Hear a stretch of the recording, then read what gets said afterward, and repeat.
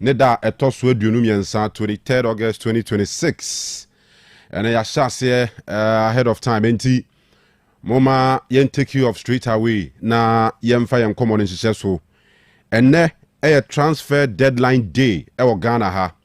And ne na clubs no player be our person use at least for the first round of the season there. As I was saying ne anajo 11:59 no register na we. And this our system ni close and no. Enti ene businesses ebe koso between Ghanaian clubs na no be hye papa because still a man for eguso players ni bi ebi so epeso mo ja mo de ni bi mu kwan and any day twato until we footballer of Ghana ha na team bi entumi an register with na it's a first round of the league ni de umobi ti ene deadline day. We are hearing 1 or 2 players be a man for our foul to big clubs of Ghana ha. Our more so meet me I consider sa offer no nyina nti ni nyina ho komo ene ahodo pi e wa ha no pe ye hie ye ba ba dwendwene ho Isaka no fiano nele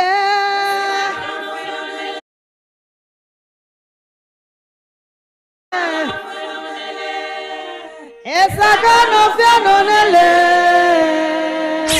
Otec 102.9. Don't touch that dial.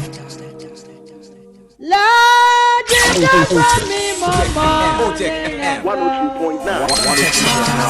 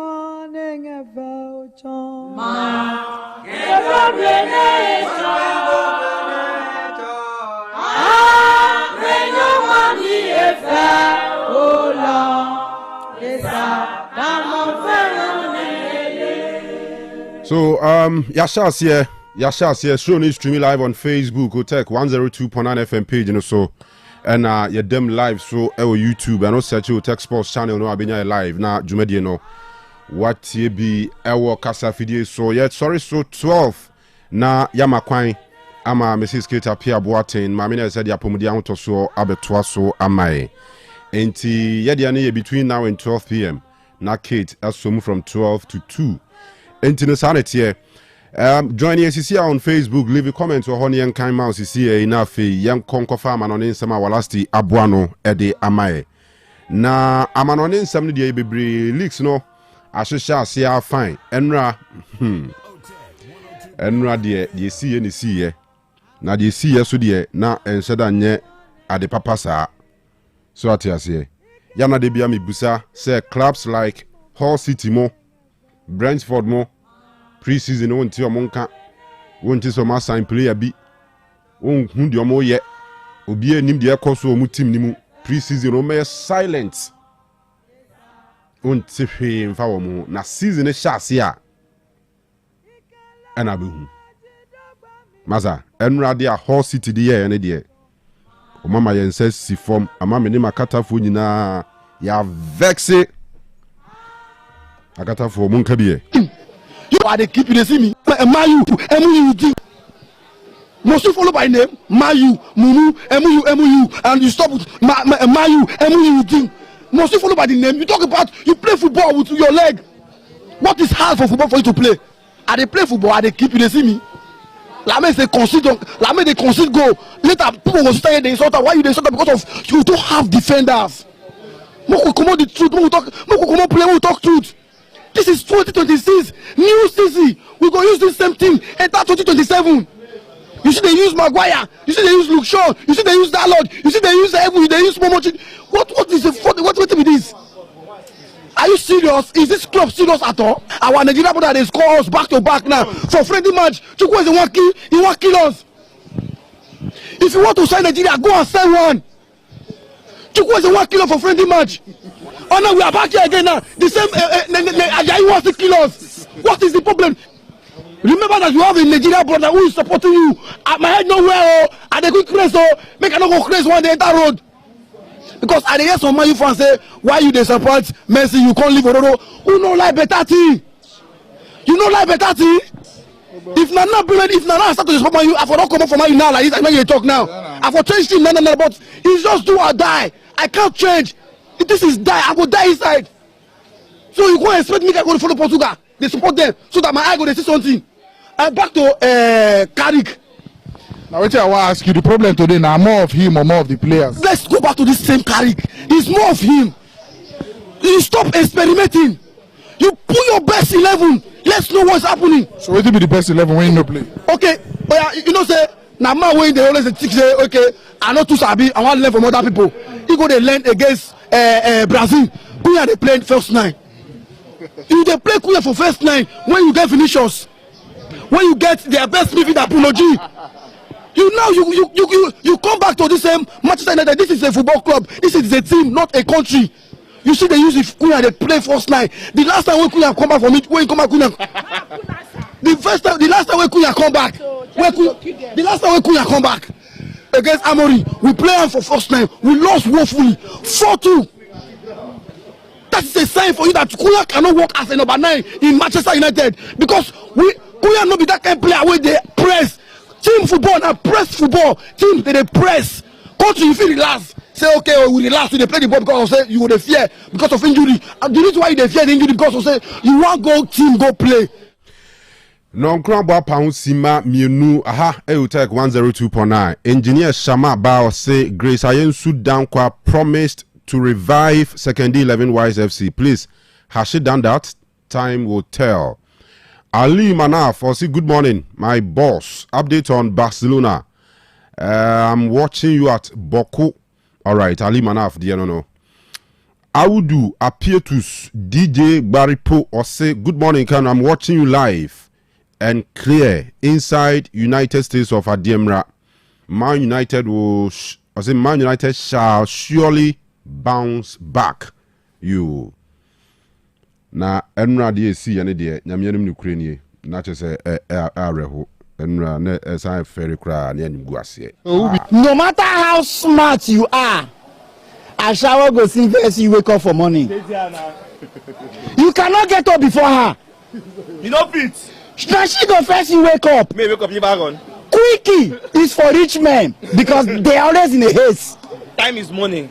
Man, you receive quickie today. Let us read in the first half. Let's make it sharp. One say, Alan J. somewhere. Kaimeya nana. Now why they put that for? Kaimeya in the first half. I dey go somewhere.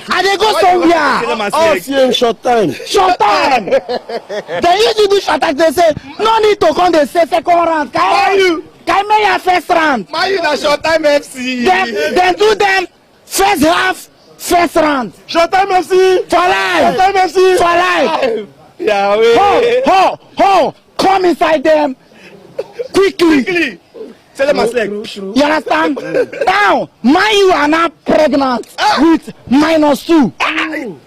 One game, -2. Okay. You understand me? So they get 2 children now. Now for back they carry am. For back they collect twins. You understand me? Twins. Okay. And the easiest way to impregnate a woman is quickie. It's quickie.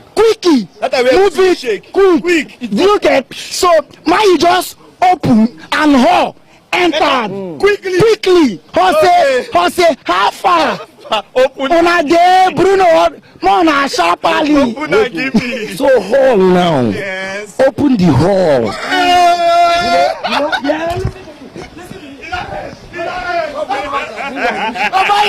Over here. Hall City open the hall. Bruno, Cunha, Guemo, all of them carry on their straight come. They say they go enter the come outside. Now as they enter that hole, say, In order for you to run a lap, you must have the power of a lion. If you look at the Manchester United logo, there is a lion there. Now that lion represents you running the lap. Now you need the lap to run a lap. if you get inside hall, you need to lap some hall. See, let me blow your mind. Should I confess? When you go hospital, you dey see more halls in hospital than rooms. Yes. Where do you wait for the doctor in the waiting hall? Now make I tell you something. Make I tell you something. Come. Now they make Manchester United fans they feel bad. Now they make Manchester United. All right. Young Queen, we I say good morning, Mr. Kanu. Watching you live from Tema Free Zones, CBI Company Limited. I'm Abeku, aka Ture. Greetings to my parents, Ejayao and Antiadra of Adanse Bofredu, Kokwase. Otec leads, others follow. Starboy, watching the show live at Ahafumim Airport. Osei Kanu, more fire. Nana Spanky, watching you live from Swami. Greetings to my wife, Nana, and my family and friends. Atapuku, also good morning, boss. Pedro Madina Cruz. Also after women, fear early kickoff. Man United nil, Hull City 2. Live from Tanoso. And Kofi Ajman Blackman. I'll say good morning, watching you inside Pig Farm in Accra. When you know a message is a free Facebook Eba. Atapuku so share from Dubai and Nano Pay. And Tisanity, I better take you off straight away with foreign news presentation. We are now a Jimre Ransom, Kofi Labi, Ewaha, Scandi, any demons are super joining pretty soon after ye ransom new year pass. Send a medical to Jano, and a transfer deadline day, Ghana ha.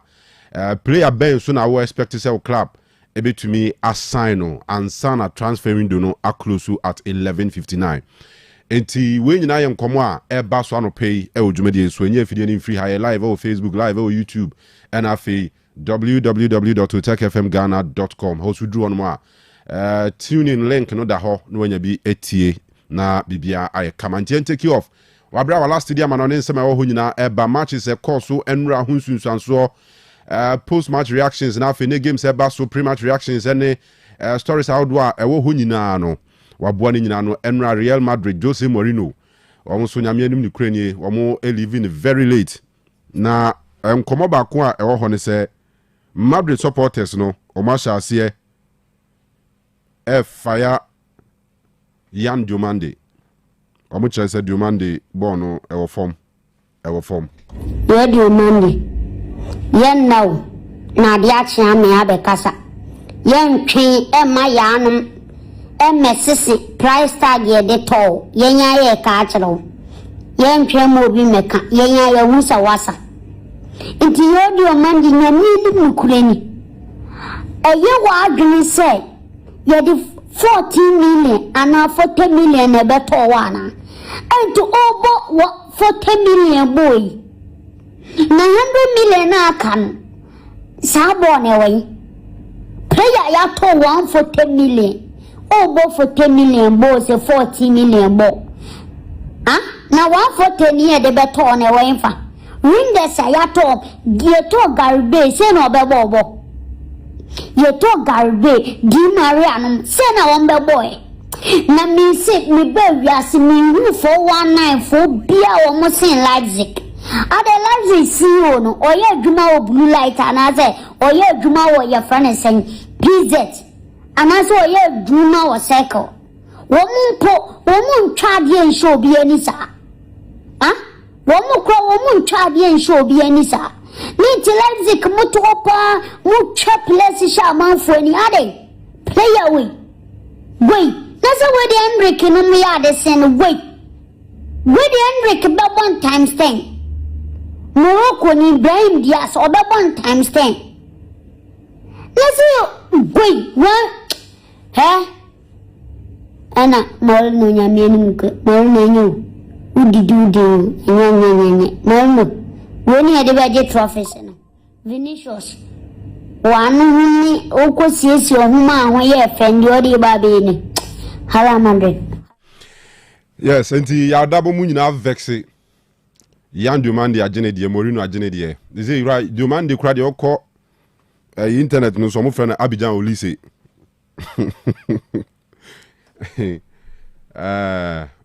Obi ade yehye ne ho kakra ba ye de ne koda adi ntie de no obi aka ene be ma mo kwan no akan de ne mo se ne be ya mo so mo de ba yetumi aka bi enti sa na tie ye kwa ma no ne aba ye ba nkomo aka chiri nyina de beto aso.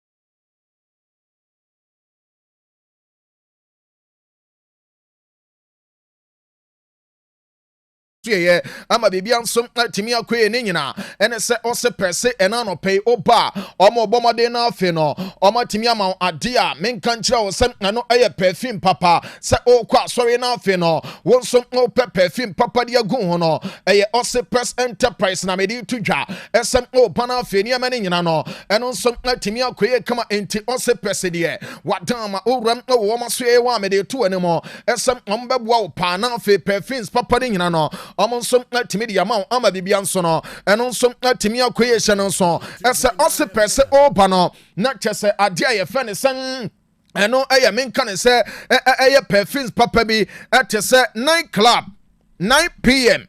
club Dunium vintage radio and a fe matilot ne dia kan nyina no me ba cho ose pese de be ma una fe no wonso no pomoden na chese adwuma ne nyina no watimi dia ye ne kama ama be bia nso no eno nso atimi akoye entini nyina eye ose press enterprise ne anopay no me kamfori am ose eno omomo adwuma na fe be bia nso no eno nso entimi nkoye kama dia wo no eno se ose pese bo na fe wa ma perfumes papa no me ba cho obenya slippers papa be etese de tenese Louis Vuitton Zara, ubenya bi ho, Gucci, Hermes, Versace ene dia aka ne nyina no eye Osei Press Enterprise na ne na no pe no me kamfo ade ama se ene omo ni nkoma na afi no ene ma ne nyina eno nso ntimi nkoso kama sansom na wo de woni jesne kesa wo do ho me ba cho Air Force ombema obi Nike omo ma obi Adidas ebi ho New Balance ne dia aka ne nyina no urom wo ketia Dubai ama me mfanto ene mo ese de yete ne se police station ne nchen wo pe ena obe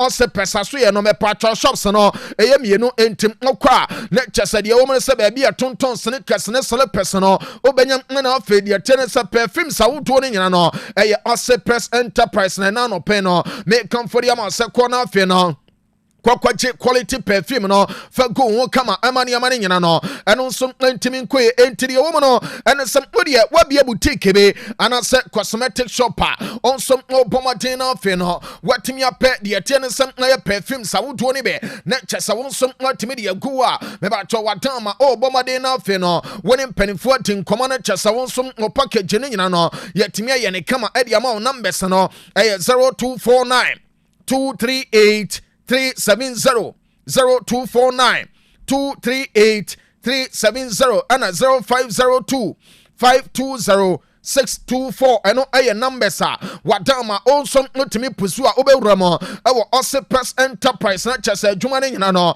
eno nso natimi akoso kama yankwe ne na afi no yeni nkomo ena no pay ama bibia nso no eno nso ntimi nkoye kama cha no nso as a league matches I would know about turning around some matches here. I'm a games are made to anymore. As some and on some Timia Bassoning and no, let just say, yeah, Jumani come, I'm a Bibian sono, and on some Timia Quay, the young chance here, and friendly champagne, Lame patch of friendly champagne, no, Mamin confirming from some games I would do. I'm a chessening and on some Timia Coso, now while Bramedy to another Sally champagne, no, I'm on some games I would do, you know, about your long suburbo corner. Almost some apple cannon, Ama Osei Timono, almost to be Timon, the no Sharon Essa Club Panitin Adelema, almost some to fear Paul Canimiano, while Brame Pacho team and it didn't start the Brasua, almost some to me titting into 2 tuna Gemino, and on some to me area, my main confirm as some OG Sinis Bobocono, almost some club Panitin.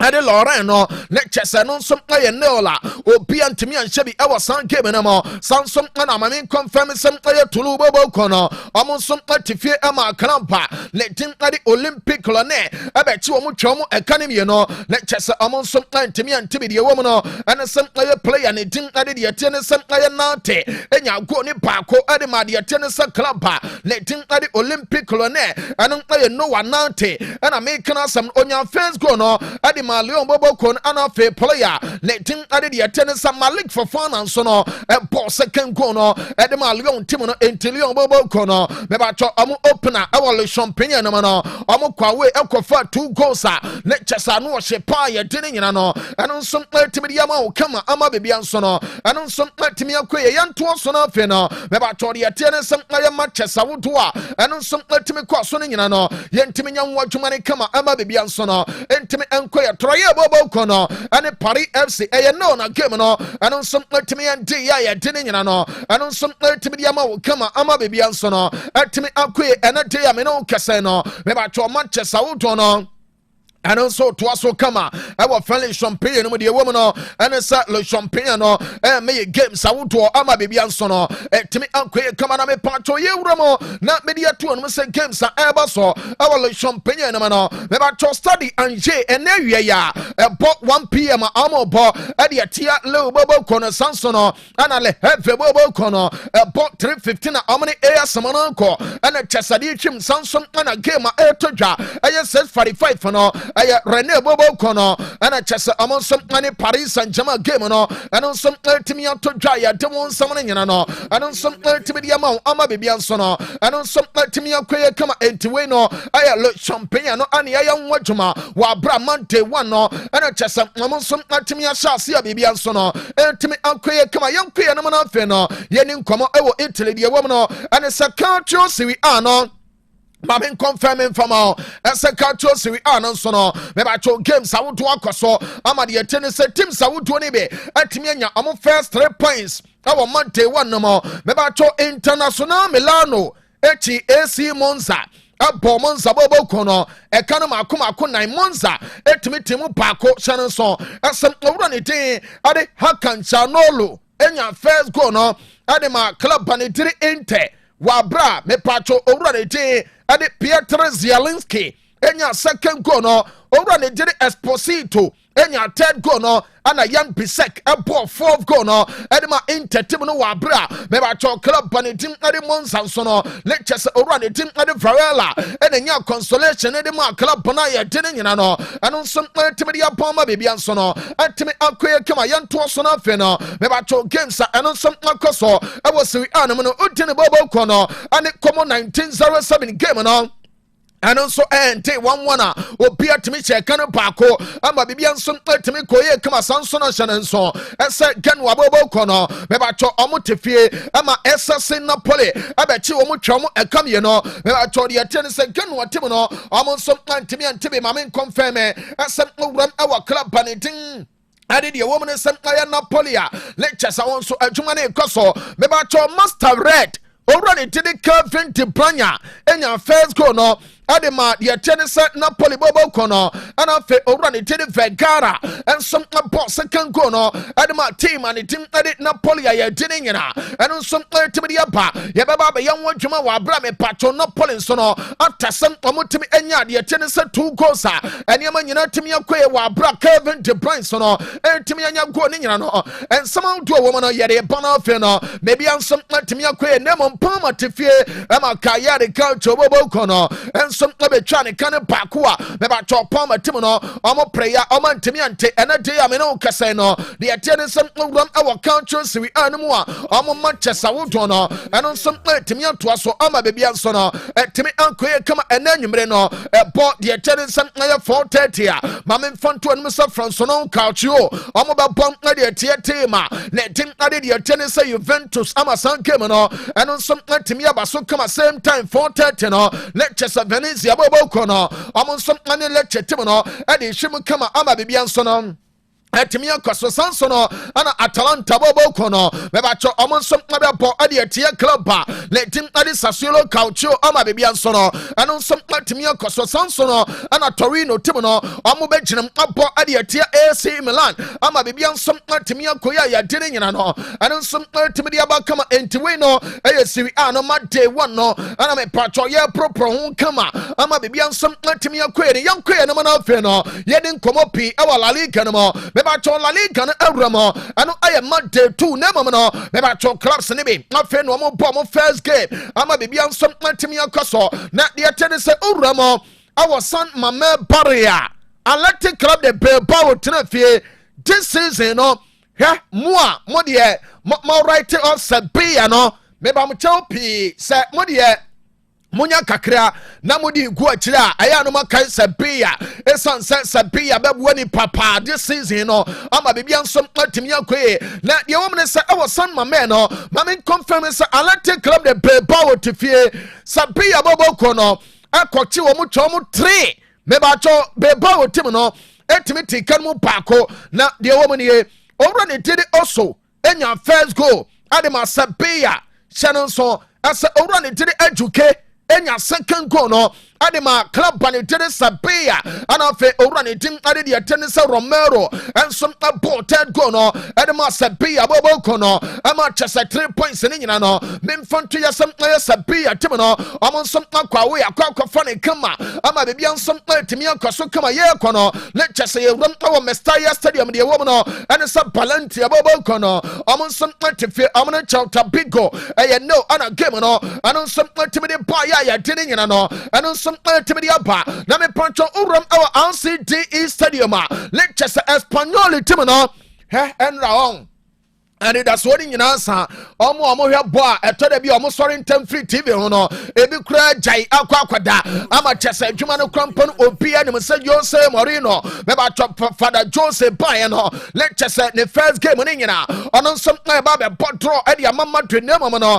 the tennis final score no Espanyol 1 Real Madrid 2 ana game no ano some letimi we ma memfanto ne mo ese already did Jude Bellingham ya ball 9 minutes ana Antagula epeja bobi ana jo ne ti pan na dem afi ma de wo ko no me ba cho omo nkasa no omo nso Atimi take first go no. Ama chese baby ansom atimi akoso. Let me patch player. Let the other Calatrava. Aba beti Kanu amani ya 1-1. Let chese man to the team no. Ya yiro wamo pampe ma juma no. Me ba cho 90 minutes no.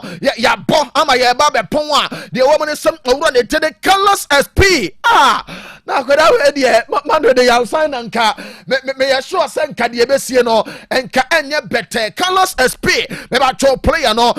Jina na some nya second goal no wa bra boy no some be mu a le chesanya some keto akra enti mantwe bobo ko no omo bomoden ama 2-1 ne nyina no omo sansom atimi kan kama ya dede nyina no anu some atimi dia bama bibia nso no anu some atimi akoye ne ye koye no na fe no ye din komo pi no ma me mfonto no some foforo no le chese ene urom awala liga no mu a me ba to ma chesa wuto ne nyina no anu some to so kama said Premier League no ebi di agye aguo ama de wo ne se efri na ekɔ nyina mawura betim paboa mu na fe no amamfo nso atimi aye agenda no be ba cho ene uramo awo Chibitas Metropolitan no a aye Atletico Madrid ana airport area tia pia we bobo kono me ba cho 3 p.m. ana san game no anu some etimi atodwa na uram our Colosseum Alfonso Perez me ba cho de atene say tefe bobo kono omon some airport area tia club letting at the Racing Santander ama bebia no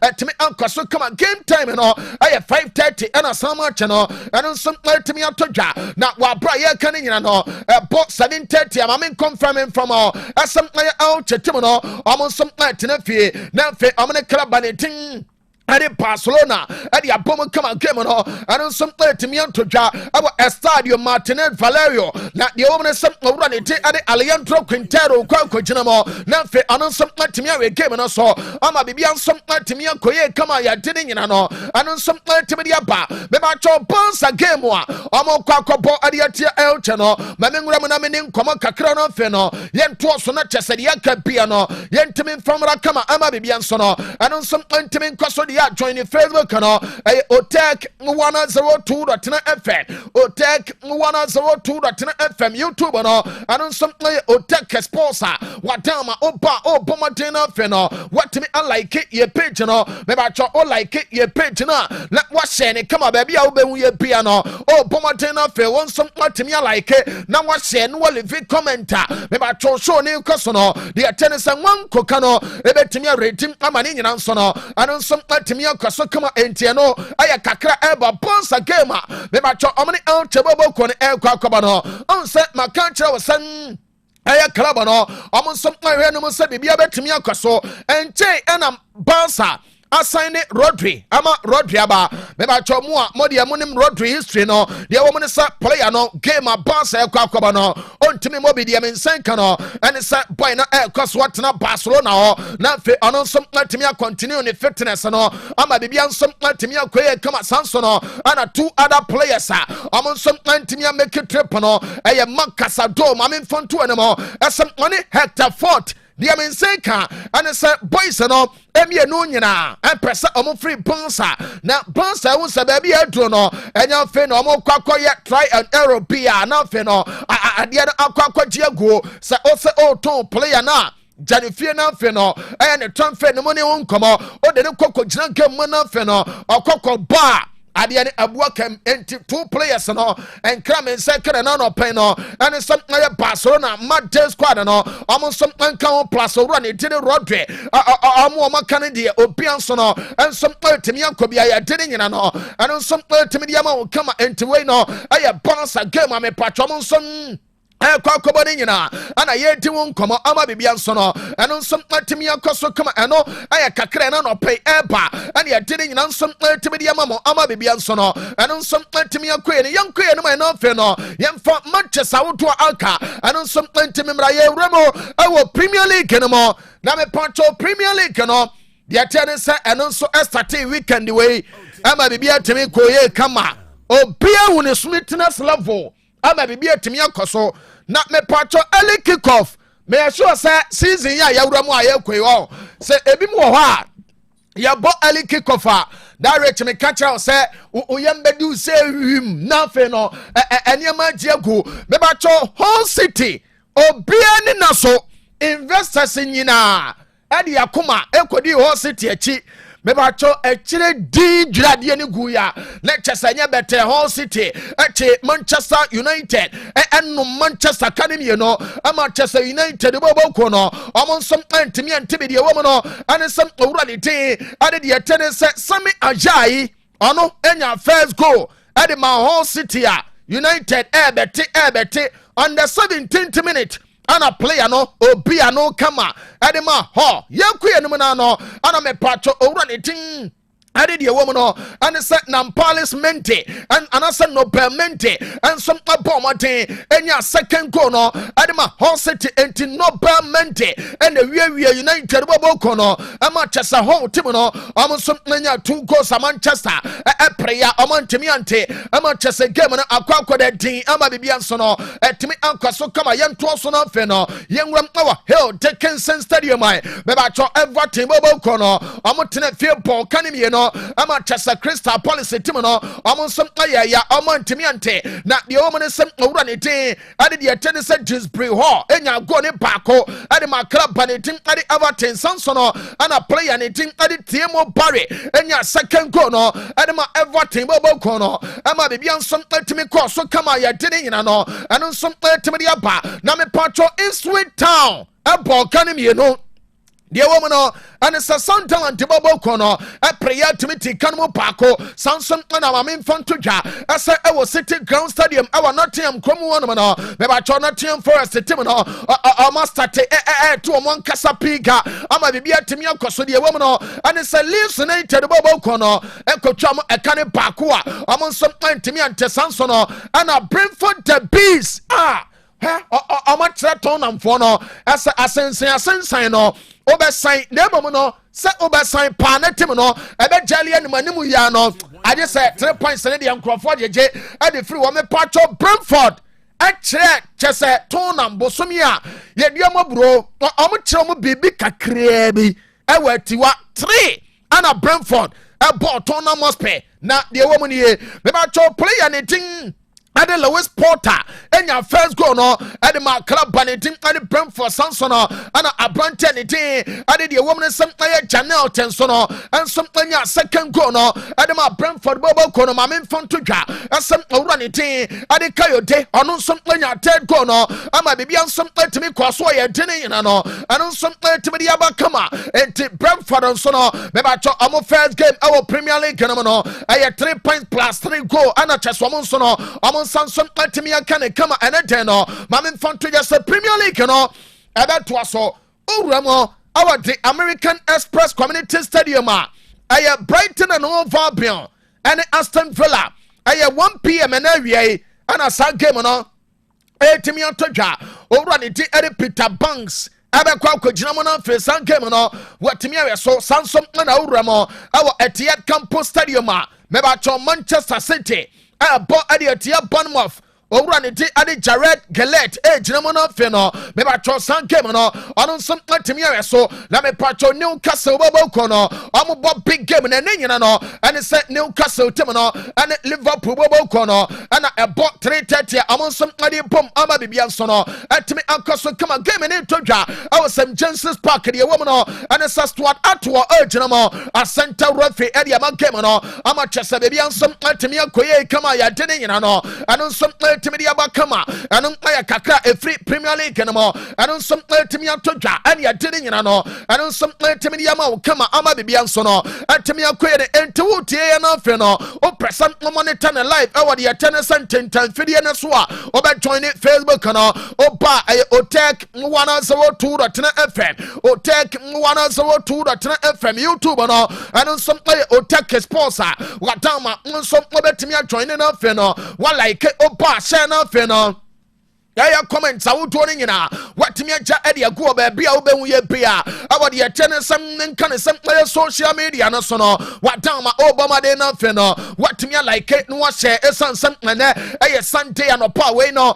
total sports na chese wo take from so no ye bomaden watimi total ne nyina kama ensam watimi dia man wa bra wo je na chese wo de akwa asore no ama bibia nsam watimi akoso na ye de nkomo pe ama bibia nso no eno nsam watimi nkoye dia ye na fe no ye de nsam ne nyina eno nsam watimi dia ba ama bibia nsam watimi akoye onim se Hull City bobo kono at United Apple United mienu a ko mama ntimi antebe na me poncho Hull City owner ani din ade akun ayelikale ena wakasa wase hwe yankam wo bia so ntimente asa Hull bobo kono omo 3 advantages bia this season no ye tennis clubs awoto no omo ni bi wase first omo ye underdog na de obetimi aka ane se ase u ye underdog a obia no adwene entimi ma so na de obetimi aka ne se second enkrofo adwen sa ho oboboko no omo ye weak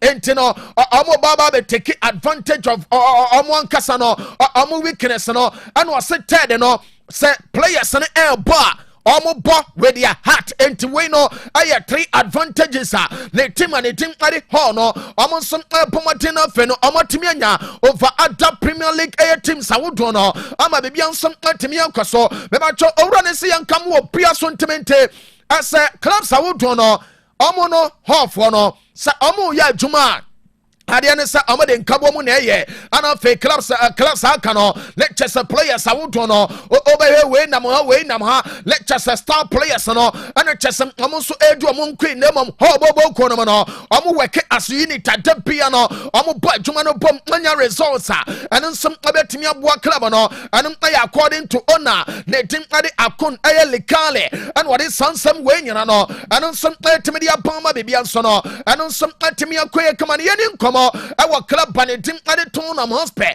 ama bibia nso ntimi nkoye chana nso as a Brentford the Bees actually tonam bosum ye dua maburo ama bibia timi koye kama enum no ana me patcho papa de tin ade jame rednap o se hwe owura ne jede Roberto deserve no obeka chane se selection a owura ne yeye ade wura mu wa bra na chese ode kwakobo Brentford the game no ono obetimi can play e de akire papa no ese adwuma na nkasa no na eye wrong selection ana papa no ye wa bra sa de ne nyina no etimi koba ye o se who players awoto eye day ana okokoye sa adwuma no owura ne din ade de atie ne se Jamie Redknapp nanum nsem ne yente kakra na afe no yento aso na yemfa nsem ne nyina ntimi mra.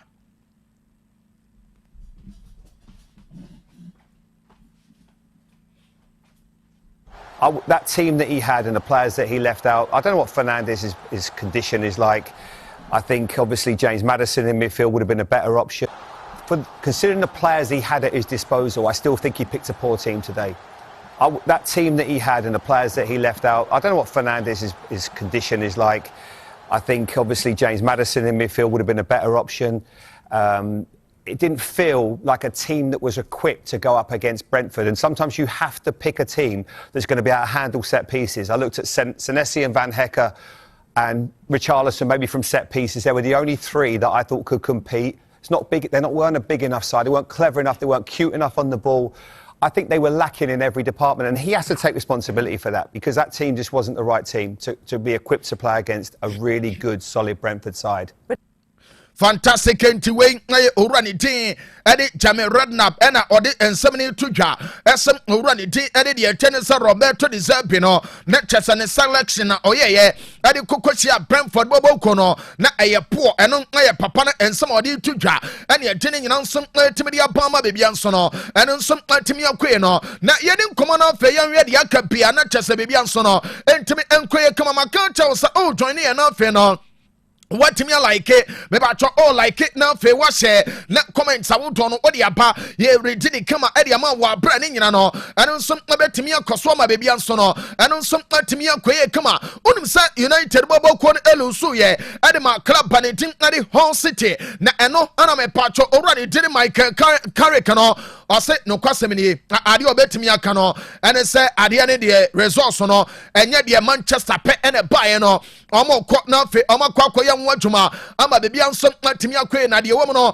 ɛne sɛ ɔmo nso ɛbɛyɛ adwuma no wɔ abra me ba twɔ ɛyɛ first game ɔmo lose no ɔmo nso ɛbɛtimi ayɛ adwuma no na kyɛsɛ ɔmo bounce back ama adwuma no nyina ɛno nso atimi atoa so wɔ abra United nso no na kyɛsɛ ɔmo subsequent games awodo no ɔmo nso atimi awini ne kama ama bebia nso atimi akɔ yɛ yɛde ne nyina no ɛno nso atimi de aba ama bebia nso no ɛno nso atimi akɔ yɛ no mo na fe no yɛ ne nkomo pi Madrid bɔbɔ no ɛnso anya de yɛte ne sɛ 2-1 over club ne din ade Espanyol ɛno ana owura ne tede Jude Bellingham ɔse no kure nie deɛ wɔ mu no ɛne sɛ World Cup ɔkɔɔyɛ no adeɛ baako ne sɛ asa World Cup no ɛno na nkurɔfoɔ ka ne sɛ ae ɔno Jude no sɛdeɛ ɔba Madrid ne first season ɔba bɛbɔɔyɛ ɛde ma Madrid ne saa form no a ɛna ɔde ba deɛ wɔ mu ne sɛ ɛyɛ World Cup no ɔse wayɛ a lot of things 2 years atwa me no na saa season we no ɔno obetimi aka kyerɛ obi a ɛsɛ ɔba bɛyɛ adwuma ɔse ɔhyɛ goals a ana nkurɔfoɔ ka sɛ oh yes akoa no sese no ɔyɛ amazing nemom sɛ wanhyɛ go a na amanfoɔ ayɛ criticize ɛna Jude nso no ɛna nneɛma nkoe ɔso ɔno ne go ɛne sɛ ɔbɛboa na afei krabɔ no ankasa no ɔmo nso atumi achieve ade a bɛba sɛ ɔmo nso apɛ so ɔmo achieve wei ɛyɛ according to player ne din ɛde Jude Bellingham no ɛna ɔde sansɛm wei nyina ɛno nso atumi aba Jose Mourinho ati nkɔmɔ bɛba atwɔ ne player ne tede Carlos SP owura ne sɛ hwɛ boy no ɔyɛ excellent player na ɛba bɛtɔ dwa ɛsɛ Gonzalo Garcia ɛbɛkɔ Fulham no ɛna owura ne din ɛde wo ne Calafat ɛde players awodoɔ bi din ɛde ba bɛtɔ deɛ ɛtɛ ne sɛ table no so ɛma bibia nso tumi kɔɛ ɔmo sɛ ɔmo kasa de fa ho na time a ɔmo hu sɛ owura ne din Carlos SP ne deɛ wɔ mo no ɔmo analyze adeɛ ne yie ɛna afei ɔmo ankasa no ɛnso agye to mu ɛsɛ player wei ɔba ɛbɛboa yɛ pa ɔsɛ boy no osua ɛna afei deɛ ɛtɛ ne sɛ ne profile no ɛyɛ profile a ohia wɔ abra me patro games awodo no obetumi anya no ne kyɛ so ɔba bɛ change deɛ ma wo kama wonim sɛ owura ne dire Mourinho ɛde nsɛm awodo ɛde ato dwa ɛde afam ɛyɛ player ne dire Vinicius Junior ho na me patro ɛno ana okay a game a Madrid ɛne Espanyol boy no Vini Junior nkɔfoɔ twa no na afei no ɔno nso pia bi na bibia timi akoe Jose Mourinho say yanka mu opia so ntemente ɛsɛ Vini onye saint na adeɛ baako obetumi aka no ɛne sɛ sɛdeɛ nkɔfo esi etwa boy no mo no ɛsɛ mpanimfo nso no etimi hwe hawa ombetimi de sane ma ne nyina no etimi de afon esansem the rate Twitter Vini ejina picture so a nkofo nsem etimi abuli no ama sane ma ne nyina timi akwe no esem omoye hawa star players awodo no ye betimi a protect wo mo na chasane ma ne nyina no eno nsem etimi akwe kama eno kakra na no pay eba ana me patcho ye de nyina nso no eno nsem etimi de ama mo ama bebia nso no eno nsem etimi akwe no na mama first story we ma enche bia wonim se de etene se under 14 youth tournament no ebeto dwa awo Dominican Republic na ana me patcho uremo awo konkakafa me patcho de etene se omo president le de ade de etene se Victor Monta yese owura no atro open letter e de akwa Gianni Infantino esa osre na mo ntu ne nan emfansi sa tournament na se esansa so ba no krenie ade na nkasa no ebekwa ko antaman ne na chesa sporting character no ama ne ma ne nyina nso atimi akoe enti de wo ne se empanimfo nso no kan kire Infantino esa under 14 youth tournament ebeto dwa about Dominican Republic no eni kwan se Infantino nso no ono nso atimi kobe ma me nwura mo Liverpool bobo kono na ye ne nkomo na fe yamfa de akabia eno nso atimi mra me ba cho Liverpool tim no and Standard Chartered Bank adding komo Ama ya adwuma for the past 16 years me ba cho atwame no onim se 2010 ana Standard Chartered nso no me ba cho omo bom aden ana Liverpool bobo kono e hye adwuma na se enkra me nse ka ane se season we abeye last season Standard Chartered Omane Liverpool team no and some ya adwuma de men say kan no and say Liverpool bobo kono yes omo go so ehwe asem omo betimi anya new sponsor a chese omo ba beto omo shirt nenemo ama bibia nsom atimi akoye ente this season no and nsom atimi kona wie ya let chese me patcho Liverpool so no omo sponsors baako a what timi ache pa I no I Standard Chartered no me fonto no say dwuma ni nyina no bana wie ye yes sponsor our Liverpool what a pa edia chen Standard Chartered no Carlsberg when we say Carlsberg there Tetefona ma follow Liverpool no omo ma ya dwuma chepa na mama no the urban Standard Chartered the ane there and some be bana wie ye wa bra ne nyina no be ye wa bra season we no and some ultimi akona wie ya de ne nyina and some ultimi de ma come ma me fonto dwa ase uramo our Liverpool team no mo a owura ne tiri Anthony Iraola akasa wonim say wayi ne captains no ama captains so yi no owura ne tiri Alisson Becker ne di ntimi ampiem ho na no na nkrofo se yewura one papa no wasam ana Anthony Iraola se debi one ne ni asempia na ade ba ko ne se ono se BBC opponent afa ese captain ko ho na fe one referee no kokodi nkomo ama bibia nso timi koe eno ana omo gina so captains ambewo field na so enye goalkeeper ana esomo yin enti we ni nyina no owura ne tiri Anthony Iraola wacheche mu kama ade a chance and for dintia owura ne tiri Alisson Becker captaincy armband no ne dientimi ampemu. Yes, we took a decision. Captains will be Virgil, will be Alisson, will be Joe Gomez and Dom Szoboszlai. But I explained to Alisson especially that it's not going to be possible that he wears the armband because with the new rules I think there is a big limitation if a keeper wears the armband, because basically if something happens in the opposition box the referee has to explain to the captains what's happening or all the decisions. So all right, yen twaso ne enkuye no ma de tie ne se Anthony Iraola and a tini ne tu ya se new rules aba no se BBC na referee church asemu ade a che de tie ne se obi a opponent of one no ese captain no and one ne di nkoma na wo keeper obe free pom akọ no akwakoye ano ne de NC yamobo we so Rafael yo de men se kan se ore Mendes yes papa no egoso hwe ni mu se owura no ebe pe club e de ama no yes sister Galatasaray bobo kono hwe se Rafael yo so no omon sansom ebetimi aka no owura ne tede Leon Goretzka ena no pe de men se kan se boy ne ba be wramo awa Aston Villa na waba be djuma ni nyina no ene se yes agreement aye adwuma ama de men se kan se aye player no ne medical se ni nyina no obetimi aba be ya ne kama e de ama club ne tede Villa wa bra de metie no ene se between 2 to 3 years no ana Leon Goretzka oba be sign here ade ama Aston Villa enom aye kakra eba yes Villa team na no omo san go so Club Brugge omo player ne din ade Joao Odones yes boy we so no Villa bobo kono etinachi ehwe esem ombenya no same time no na ya tennis Aston Villa and Liverpool nyina epe Hendrick ede na fi Real Madrid no aye kakra eba unum se Arsenal manager Mikel Arteta ne Andre Beta yes de eba no and some penifo no still almost wa mamba mumu ne nyane se Julian Alvarez no se omo se omo prayer eniama be koye na fe Alvarez no e bia last minute boy no na dwene betimi asesa ama niam nso atimi akoye kama de eba no ene se Arsenal so submit offer e de akwa Juventus for player ne tin e de Kenan Yildiz yes around 120 million euros ena Arsenal so no e de awuram Juve ese Kenan Yildiz no omunyana bibia nso betimi akoye na afi no ene ama no so etimi akoso kama ekwan ni wasade ya waboboa no ena wie nemu boss de tiene se African player bi yesi Africa ha nyina since ye ball football no ono na ni transfer no ano o hye pa boy no ameki move e de free Ali Tripoli e de rem ewa Al Hilal e wo Sudan na de wo mnie me ba cho de wo mnie se boy no transfer fee no $6 million ena Hilal o matua me ba cho season bia boy no ebeje $4 million 2 seasons and was sign here me ba cho de tene se ya money fie ya money car de tene se ne maame ne papa mo ne parents mo ya promise wo mo efie e wo Burundi aye kwa akoto e de mo agent commission $800,000 and at the tennis vice president no buy no wasan hwie sika e de agu no so ama bibia nso atimi akoye kamanti player ne de Jean Claude yes one nso no aba be player Africa ha ne transfer no the biggest young fancy the boss player to us.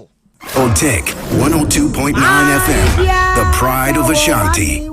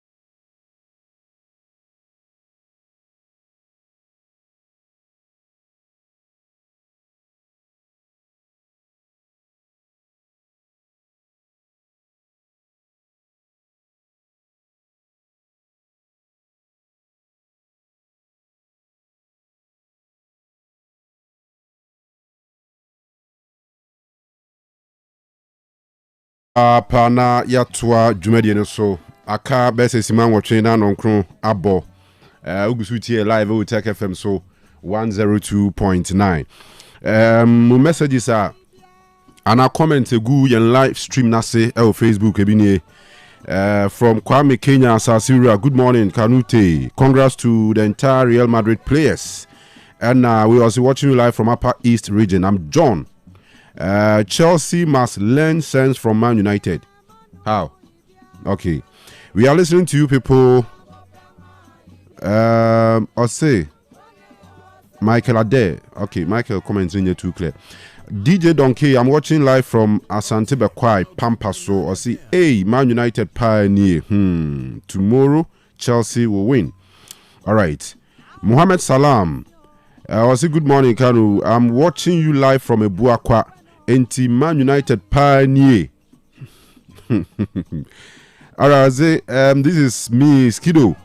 Enjoying the program this morning at KJTR Gate 3 with the market men and women. Please keep the great work. Okay. Good morning. I hope you are doing well. Of course I am.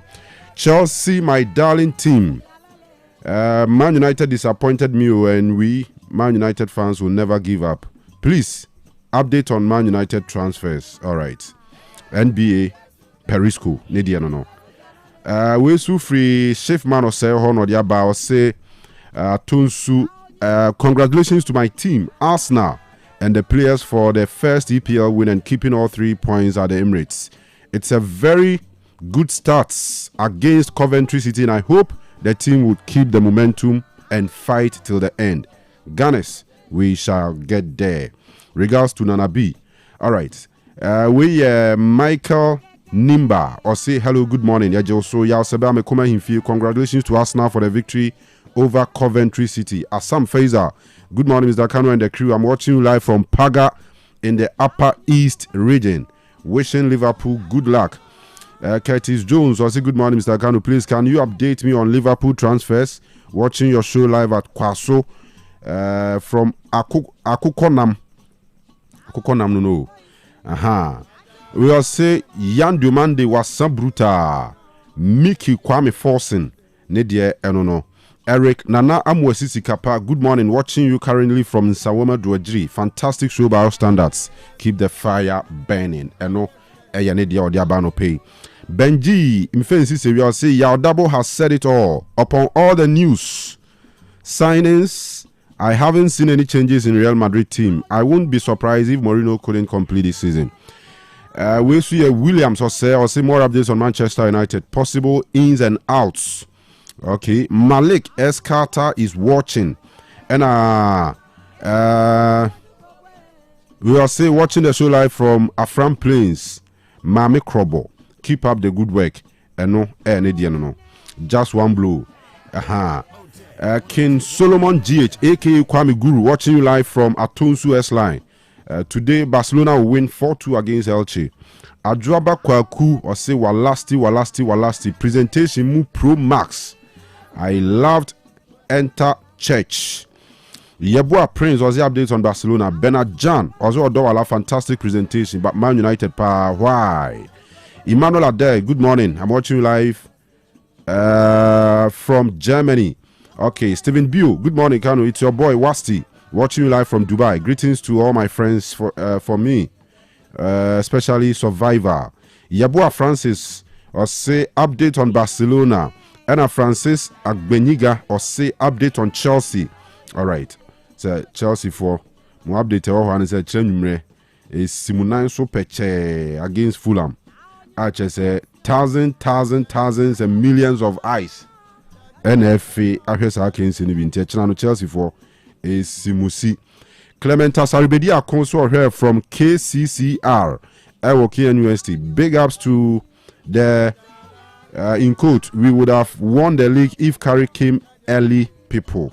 Emmanuel Jezi was there. Good morning, boss. Adunawan Baba Shop, Ebuakwa Kubiase, Otec Sports, the number one. Isaac Mensah, Alonso Ball, Ebeya Debasa. Chelsea will win the EPL by hook or by crook. Still, the Blues will World Club champions till 2029. We saw okay, I'm saying we can't win another that. Enti mo messages no de beba chire nyina message tie chire na makan ni nyina ede amawo.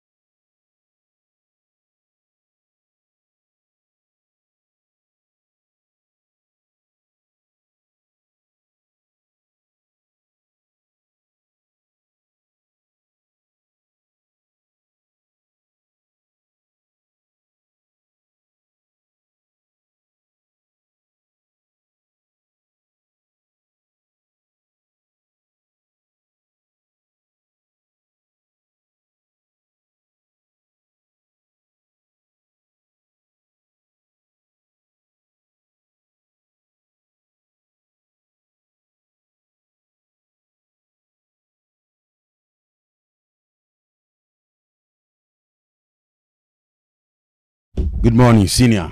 Obadi Adaroma. Wama Nkwano pay. Any aside ya hiya kan tino mani biye. Biye senior. Yeah, danyamiase. Danyamiase pa Thomas Ano. I see or here live from Dubai. Na nchi ankoma ne maame ne nam fufu nyina okodie. Edi amanfo ni nimu e skido. Kasim Kwaku. I see or here live from Nalerigu. Barcelona updates eno hiana no pay. Wasco GH or share from Sokoban. Naninchi ankoma Manchester United a chita funi na Nana insia prempeso pe Chelsea updates. Ena Kwajopuku or see no pay them live or Tonsu market.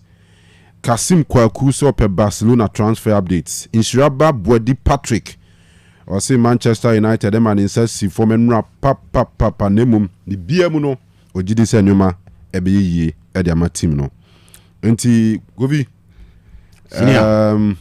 after you bet to me I take you off. Okay. You bet to me I take you off. All right. Beautiful Sunday morning. Yes, I'm cheerful in a especially no money be CEO, local CEO. Hey, Clifford Cheba for junior maintaining catcher. Timichia Busia for Nina Kanu. And common be your honor chassis Friday, no. And tia beto asone. And the NM so say see him near him on. And tia mkonisa na. Kanu Meka said this weekend Scudetto no best started in addition to the Premier League. But the focus no clearly ebe on teams like Inter Milan, Napoli, AC Milan, Juventus, and Napoli because of the managers involved. For example, last season, Milan be fifth at the end of the season. Yehuajuma Allegri beye. Allegri, as we speak, in charge of Napoli side noa na Antonio Conte kuta last season. On serious it. Amorim failed at Manchester United. In fact, a man for describing it say Ophélie woefully.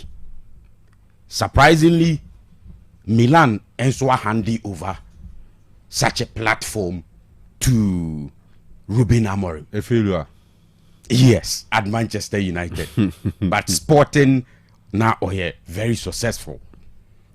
But the last job before this one, no, at Manchester United, no, clearly everybody can just look at it and say Ankoye. Enti ebeye nwanwa kakra when Milan decided to appoint him as the manager. And as a pre-season in so Kanu on and off kakra. You remember even the game against Chelsea. Na enye kra. I think the one against United na koye 4-2 no. And a day confidence kakraba. But people are going to watch say Amorim betimi pushing Milan from fifth no mudi last season, you know. Abba Bebia a better now, whether second, third, or first. These are managers, any teams are attention warm also. And for those who played Enradia, the Okuta League from last season by Christian Chivu at home, Kanu unya that comfortable victory over Monza in the end, Oshe 4-1. Enti wadasu crazy. At least for the first day of the season. And Allegri na Juma Shedan Koye wo Milan last season. Nenso Napoli Edi Omudi no Amanono. And so had a difficult game against Genoa. In fact, De Bruyne first goal no Kraken were by somewhere around 82nd minute. Ansana Vegara Enya second no on the 87th minute. Enti Allegri ni Napoli enya the victory all right, but on a late in the end Kanu victory ni here. Yeah. Enti omunso peke the 3 maximum points. And then no any behwe say Spalletti nso afa Juventus away to Frosinone ebeko say. Then AC Milan nso ebo away to Torino. Amorim first Scudetto game. Now him second. Interestingly, omo ebo away to a side that last season so far 2 games now. Milan omo boy e was Scudetto ni mu na ho. E produce 10 goals. Milan shemu 6, Emma Torino e shemu 4. Enti wo hwe both home and away ni nyina no a e 3-2-3-2 for AC Milan. It may be on the back of that they have something, but the Amorim game no any say can it work against Torino me tie me wo me doubt me share dem hu really what wahye ewo Milan our this start season no enti e be kwa akohwe how eno nso beko so but for those who played Enrani there I think it went well for them but between Milan and Juve we show more games no more bunny oppositions now. I think Juve were easy fixture compared to the Milan in Torino, because if you want to compare Frosinone to Torino, who's a Kanu ahwade in Japan. Enti Luciano Spalletti for Juve and then Ruben Amorim for AC Milan against Torino at 6:45 p.m. Enti I think say for the Scudetto no Kanu enubeye me take on the Scudetto for ene. Na Bundesliga ne be starting next week, but near ka the Super Cup anebe basonra and indeed Kanu e baso enra na ade ba kubi wo hwa on Kanu. Sometimes eya yemfa ya dwen ko but it's very important. A dear man for pinya several times. Any say the listing now be pese obeye. Say wuni obi kwa kokon akanu. Already ne ho adin chen. Na obesama nenya the opportunity to lead you. Na just say wadwuma na beye din. Oh say the city. And I think Enra it's already a course between Dortmund and Bayern Munich now. You can equate it to this conversation because on paper, Bayern and Huodeno was through Borussia Dortmund. Even though on Friday, Name Kawa has said, Niko Kovac, and rescue mission obey 2 seasons ago, plus the performance last season, I'll be a second to Bayern Munich Bundesliga. Obeka say why a good job so far at Borussia Dortmund, but standards no any ahoden no it cannot be the same as Bayern Munich. Kanu in a super game like that, next Bayern take lead no na back from behind that ebema adwuma no are very difficult. All we say this as early as 28 minutes and Nathaniel Brown in your first goal no for Bayern and Sana Olise and so Edibako count 45+1 until Silva consolation about somewhere around 75 minutes until it's like when you be kokoni who didn't change that and was taking lead no I think that was the difference but I mean anyone was say in the end in a game like that Bayern Munich ebe share 2-1 against Borussia Dortmund. Because Kanu, a woman say some of the players started from the bench. For example, Jonathan Tasi on any day Kabun Swani or Pamikanu Nebo Ewo center back wo. But say Kemenja started alongside Jonathan Ta on there were some few changes, but basically Bayern started with almost all the key players. So because Kemenja has also been one of the key guys, so even as a backup plan for Bayern Munich since almost started. So Enti Stanisic, Menjaya, Jonathan Ta, Nathaniel Brown, Pavlovic, and Kimmich Munina. So basically, key guys no do not started for Bayern Munich compared to Dortmund. Almost so you can see say almost all the key guys were there, but Ahwadini the same. You know. Once again, we can only say congratulations to Vincent Kompany and Bayern Munich. Okay. That's how they have started. And you know, it's difficult to predict Bundesliga now next week. Best starting against Bayern Munich. It's difficult, can who's a dynamic can once say the Bundesliga and the French Ligue 1. The impact to pick one team Abeka say or Mahu close to Bayern and PSG. You can try, but can so difficult. Ain't you know? Well done to them. Better luck next time to Niko Kovac. Kanu, if you or have a platform like Dortmund. Now on any day when Bayern platform na ekoba, the manager may not be close to you in terms of experience, any pedigree in the game, like Nico Kovac and Vincent Kompany. Can say for two personalities next you say in the coaching no any can who asem dia. Sabaku senior. But platforms no Emma etodana dynamics na sisa. Ain't better luck next time to Nico Kovac. All right. Na mami La Liga ni muso kakra. Kanu sometimes na emfa ho hawa ubenya nkunimdie di hia pa ne say yabo game na wie wadi nkunim because se nkunimdie ne ba it mean my system ni me calm to some extent for you to build on it. And this is Real Madrid. Yenim omo level when it comes to club football. Any pepi ekuta the view say omo ye the greatest, omo ye the biggest, which me subscribe to those opinions. On say the city. And omo ko in the last 2 seasons without making any impact. Everything omo winning the domestic league, no. Same as Europe when it comes to the Champions League. And Omakofa a manager like Jose Mourinho. Mourinho no so no. Any pepi who ni say, of course, we celebrated in the game there, but ni career path no sini trasi. A lot of people being say Mourinho cannot come good again. He's done, and now he's just going down.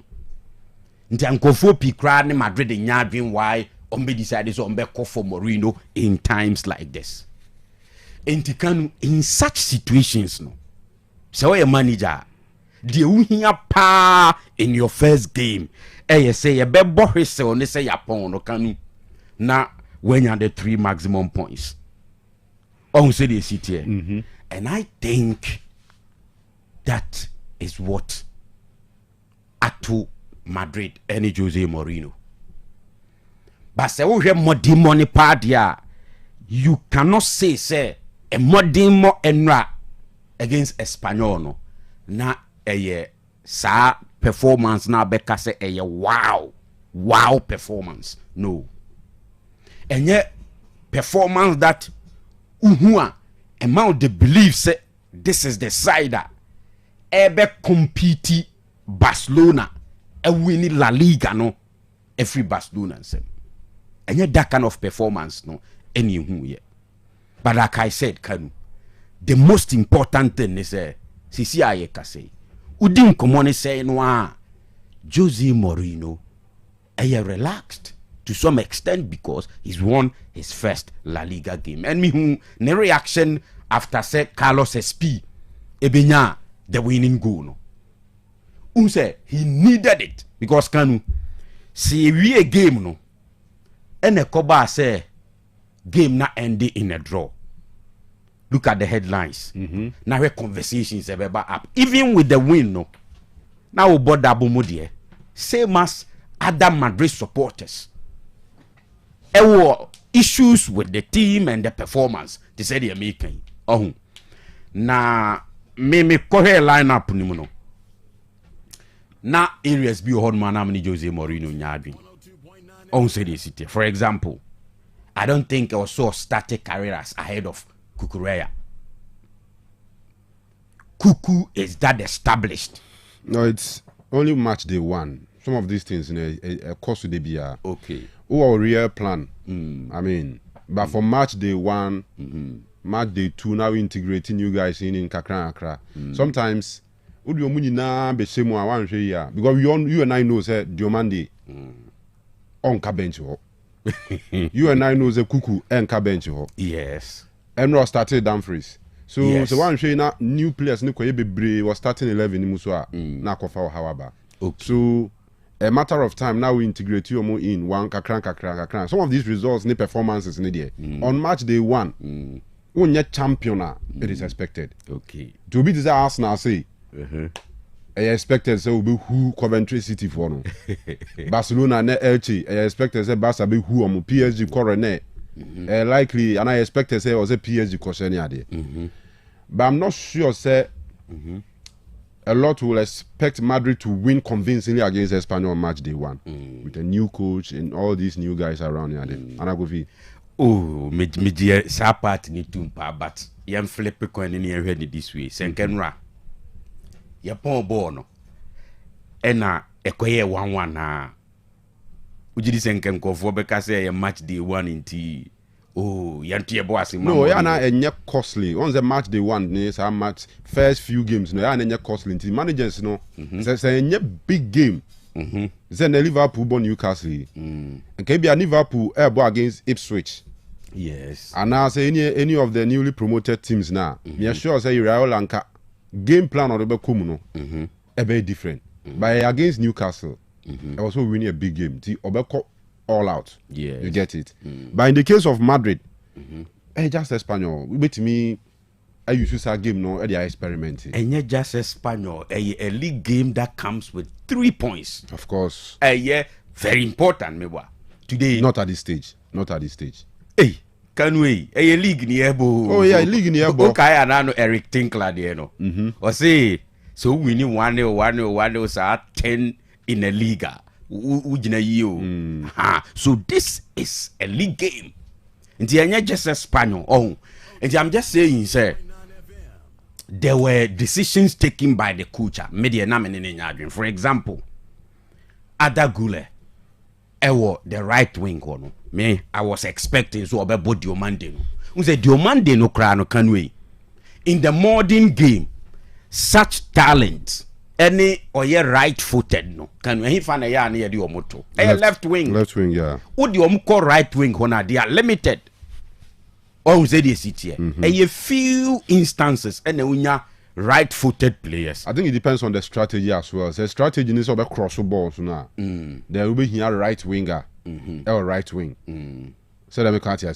So the way to mark whipping crosses ni from left, we here left winger. Say crossing kwan be depending on her. And yeah, that's fine. But we expect is our winger be cutting in. Eddie goals are mouth there. And they'll be ineffective or right. But you, if you have the option, say obe mouth two at the same time. Say the two at the same time, no yeah. Possible. It is. For example, Diomande, okay, Vini in a ball, left wing. Vini can cross from there. A bad thing.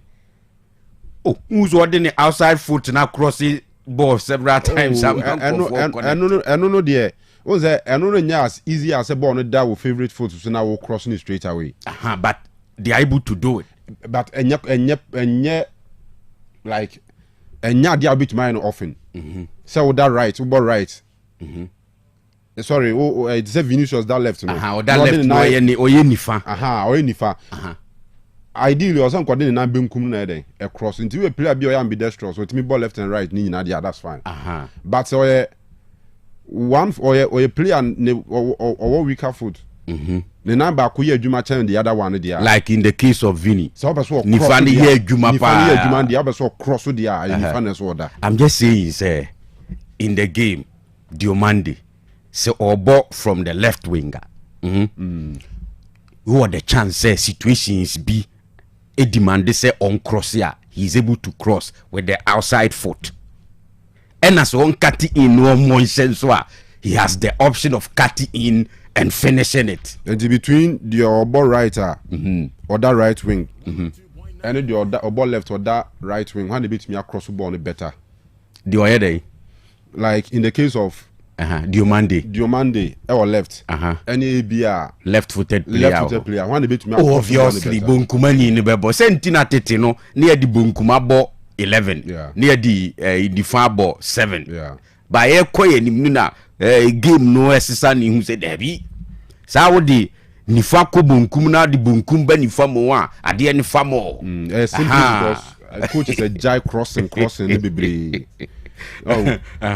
Because those days now, who was strikers? Peter Crouch, Fernando Torres, strikers Raul more multimedia multi goals now. I mean, I was a crosses never. Into ball Beckham or right, no cross Raul.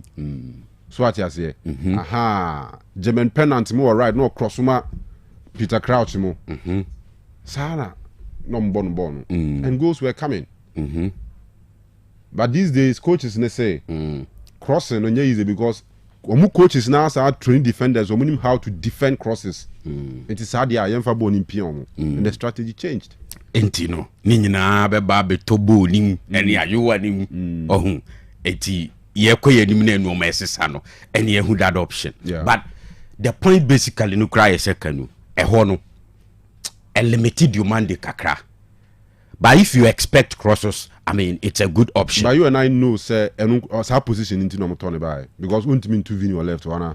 Oh yes unse ni purchase no cry at some point it was speculated say Vini situation e be obetimi akọ it could be a replacement for Vini but one Vini stays what they say you only need a backup player watching him and run no double more comments and they are not being fair to the young man they are not being fair at all me I don't think say no that bad but the entire Madrid setup no there's a lot to be done.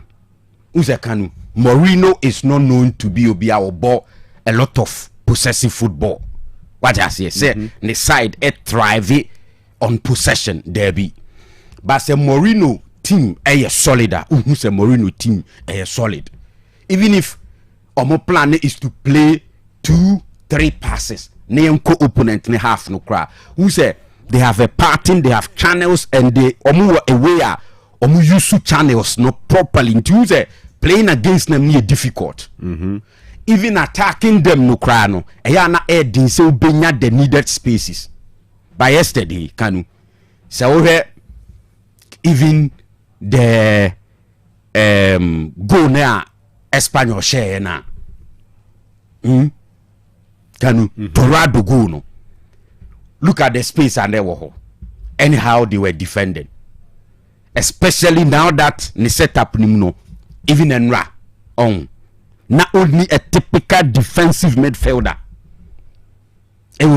was hard now ama they were vulnerable they were just vulnerable until the entire team not the only way out ebe mo dia shego ni say ebi ana Vini movement aba ana Mbappe movement aba but say no mo bo as a team say there's a plan.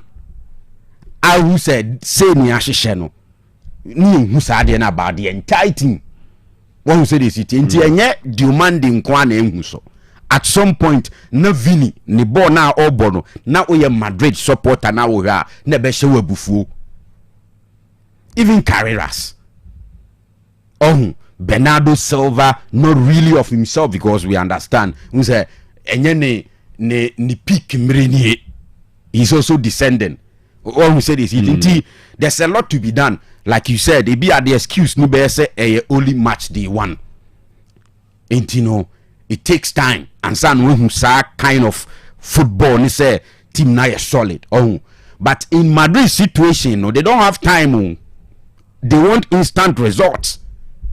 And until nama dabumudi bufu mroso so unfair to the young man Diomande. Kanu see fan said the entire team, even with Mourinho, the experience now leading the team say a match day one. Until some of these things are expected. Argentina 19-year-old Diomande, the first game from the bench, playing for Real Madrid. Not in the bonnie any say. Chance Ben one channel. I mean, you can lose possession. Vini munyina lusubi. Was a hype around the transfer and the expectations of Munyaye. So they felt say, oh, how a Madrid for no see Bremu and Sana Mutimi turn even at that price near the they expected them to buy or Jibola from the pool no atria Kobwashe. And I said your man dressing room crowd we bought shot from dressing room. Net and net. Vini Mbappe crowd or what me and GM free a poor manko. Now the man they can say we watched him. You turn 140 me. Oh dear. But I mean, these are okay. Say Vini Mpuna Emfanse na Shasi ni Nkituema. Wabeye big boy. I'm turn 140 million. That's the Metiasi. But me see Mbappe cry 140 million. Mbappe free. I say Mbappe situation it but Mbappe big. Vini a big. Umunyina gina field ne so. Ade na mudi mani bre kose Diomande so. Because of 140 million. Na say we all know say United the 70 65 fixed 5 add-ons ebeka ho 70 and efa Cameroon Baleba no deserve it. We can be 25 30. Oh, enye dia banama Diomande a cost omo sa 140 na wo kan. Dia ba yenim say that shouldn't be the case. No, that has become the reality. Reality they say you turn 140 million. Yes. And Madrid fans' expectations was they expect him to play football like a 140 million signing. Mbappe, Bernardo Silva, Vini Junior. Omubienu turn 140 million. 140 million there. Yeah, the third year Asudi also pa. Asudi also. But in the end, Kanu, even fat ne minutes or best spending ever failed no. There were moments on who creative situations before Madrid. Baku LED to Valverde ebe hiti ball no man ball pono. He was not that bad. Mr. Omunya Butrema young man no. All right. Okay, so the Premier League. As now they say about my bass. Yeah, that was Friday night, Yes. And early kickoff. Or the kick-home. And Manchester United. Kanu. Metie Michael Carrick after the game. And metie the same person before the game. Na media Makasa say onye consistent with the commentaries. Even prior to the start of the season. At some point he was like, say Ibia mekan who be him cry, we are good to go. Yes, because Ibia mekan who be my there you have to compete. But at some point, none in common say ye bianca who cry. There's no problem. Said this here. Then at some point it was like, there are areas ye be here say ye be pair, options be the to Krubi. So I was like, so where is it? Now after the game, no, or say just one game.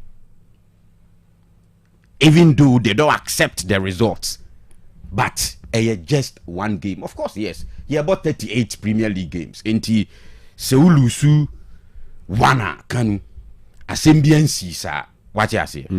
But the man ya asem ade bako. And I think Friday no na me ka ho asem. In fact, I didn't expect United to lose. Because wave be on estati say ebo. Last season ye be na under Michael Carrick. I didn't expect that wave ni say ebe crash it like a year against Hull Enra. Intermediate. I remember Friday night. Namikawa has said, I think United will win. And they will leave that game with a point. I was talking about the game. And then Namika said, but the money is important. Say United be winning. He said, if you look at their course, so I feel money na. Eddie Bepim here. Any their course in recent times. Any baby United age nano.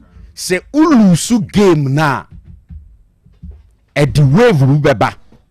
That wave clearly a negative. It can distract the entire season. But the moment you win, now say getting to the end of last season, positive wave nearby, and one air twice. So the next United game, even the opponent will be scared because let's say Adena Carrick started last season year baby and one or twice. Who say when you have that form, Kanu, we are dying. Opponent be ebishiawa edi hutunimu. A team that is winning, so on any koba, who thinking no cannot be the same as a team that Oluswa. It was the reason why on Friday night Nameka say United must win the game to ensure says our wave ni betwaso. But Kanu clearly from 2 set pieces and the way United defended, and they defended well. The first goal, rebound. Second goal, out of free kick. And then, because Hall no more ball with that 3-back unity, after taking the lead, they decided to say, okay, wing backs, no, most of the times, no, must be close to yenye goal post, no, and also more and half no more. So at some point, they left possession. United were playing on. It created some chances. United now some movements be, but at some point, Kanu, now I say United the ball no. They are in charge of possession, but to create some clear-cut chances, no, not a problem. And this is not the side I who under Michael Carrick last season. All right. And can you say the easy thing that happens? They say even the playing body, one way they will begin to ask themselves, only time nibi and be repeat now. Oh, say the city. Say. Amorim the crowd will not take you over from Ten Hag no ankoye. Enti the following season na nkomona kwa akoye say twaso dia eni umbeja ne kwan, and indeed a twaso no muja ne kwan. Now but only the any there he took over interim, had a good time and he confirm R&D well. Into bones and naturally you begin to think about some of these things, but once Carrick say just a game. Indeed, just a game. We can look up to him, say, in the following games, Obeye Juma are changing the narrative. But so you United ni now you're worried, Kanu. I think that clearly you can understand such a person. Oh, but me na dear bakwa me man Carrick say I don't know whether a fitness issues or because of the World Cup, but even Kobe Menu cry. Took him to the World Cup. Emso wan keke ball krada. And omo return here. And so she Kanu last season Carrick take over no from Amorim no. Na Kobe Menu ball no nya bimo. Surprisingly, he became the key man and our partner Casemiro e won finfin ho. And I was expecting say the following season senye pra ana issues be any ho dia. Say but 4-2-3-1 now here 2 players in the middle there. And you're now Casemiro replacement alongside Kobe Menu. But surprisingly, I started with Santos ne Telemans. And I was like, well, no. And in the end, Kanu, very bad day.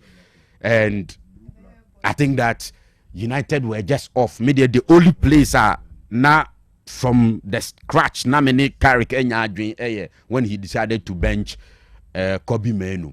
But I mean, because indeed Seoki can be abomwa, even though a bad start and far confidence emma, but it is also just a game. We've seen teams are omalusu games and your first game.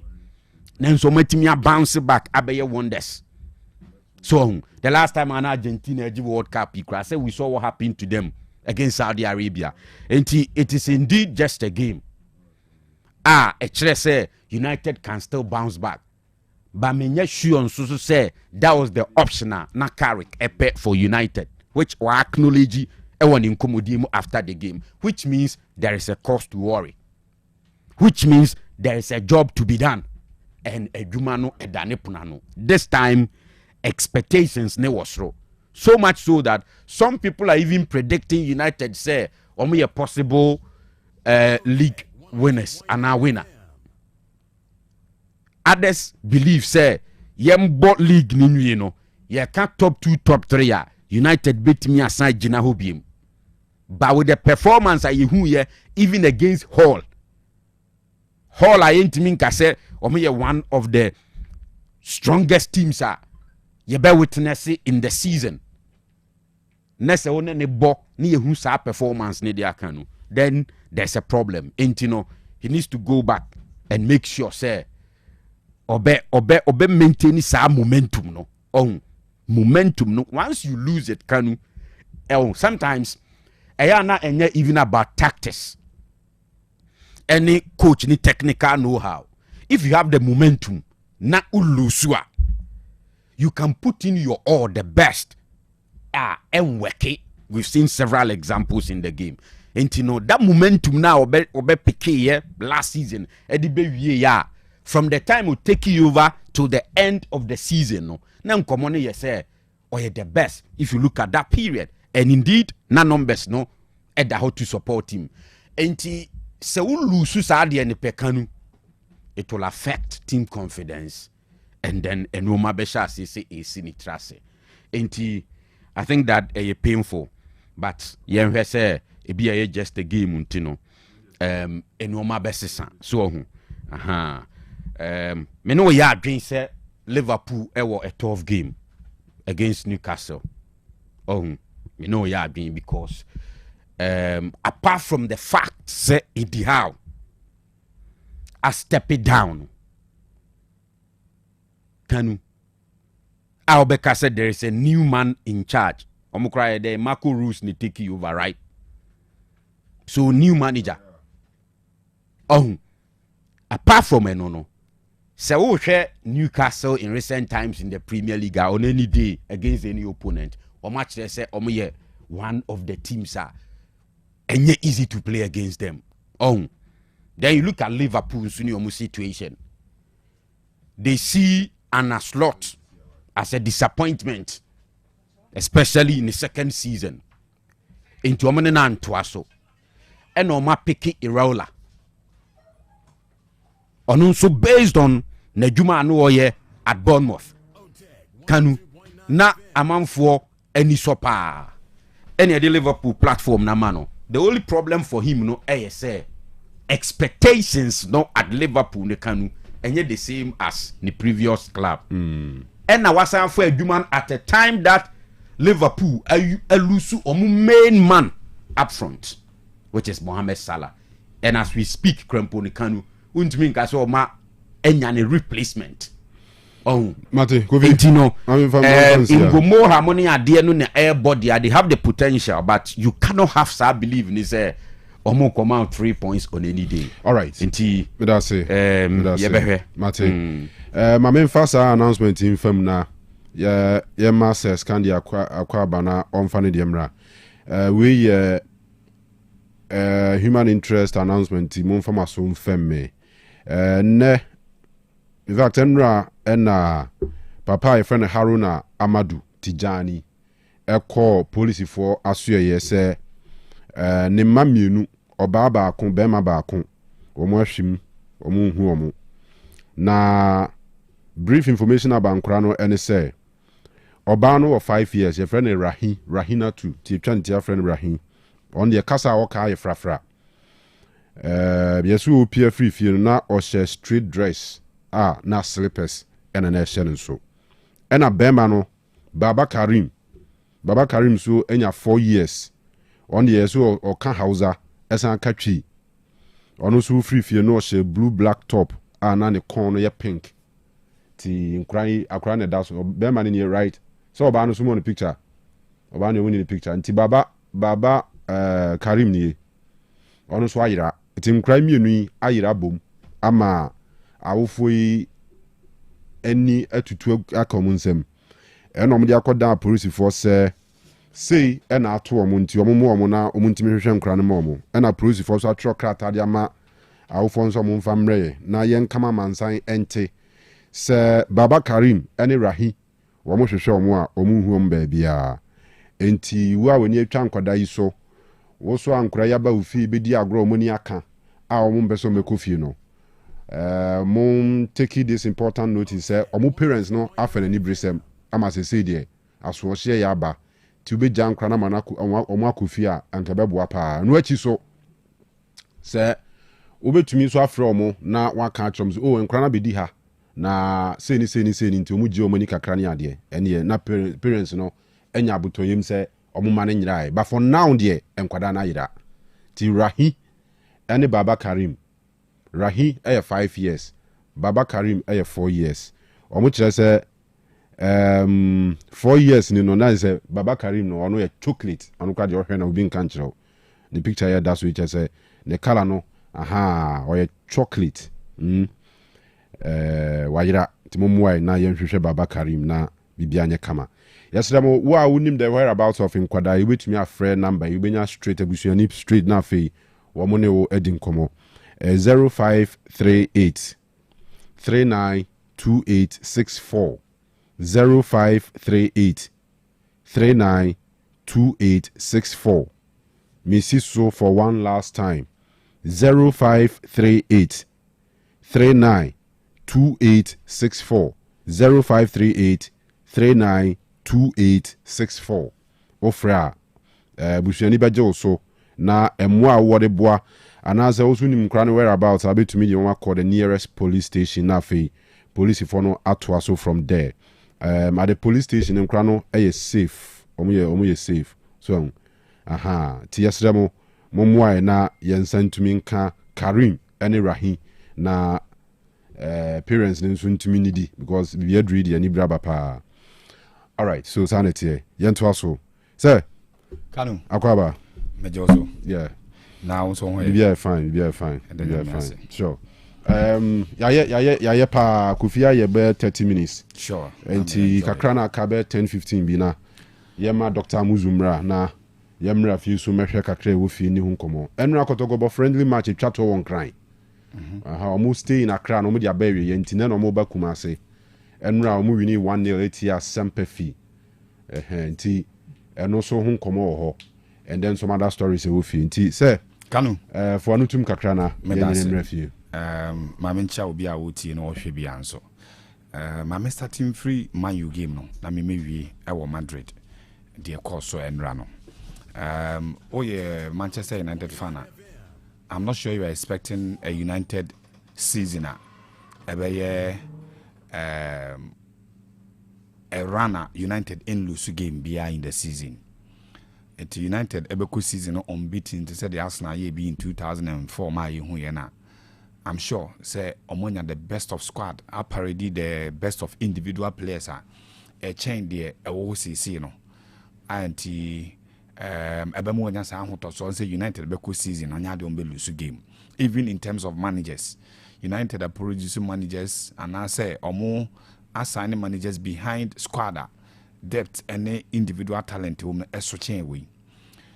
So if United lose a game, an opening game in the season, which doesn't normally happen, say opening game na United lose, but of course the money here more and they say Hull City are one of the games are United fan or even a neutral. Maybe I want to cannot the harder for United win. Until United losing a game throughout the season, idea ABC. But where one of those games you least expect say, so United be lose game pa ho and it be free at the aba. And no and the conversations around the loss no very high. And yes, even in the middle of the season, or by lose game against Hull Crana, people will not give it too much attention to say the NSC. For example, season BMA, you make projections, and Anubi and I may assure a manager no, which is Carrick and or in the game no come no.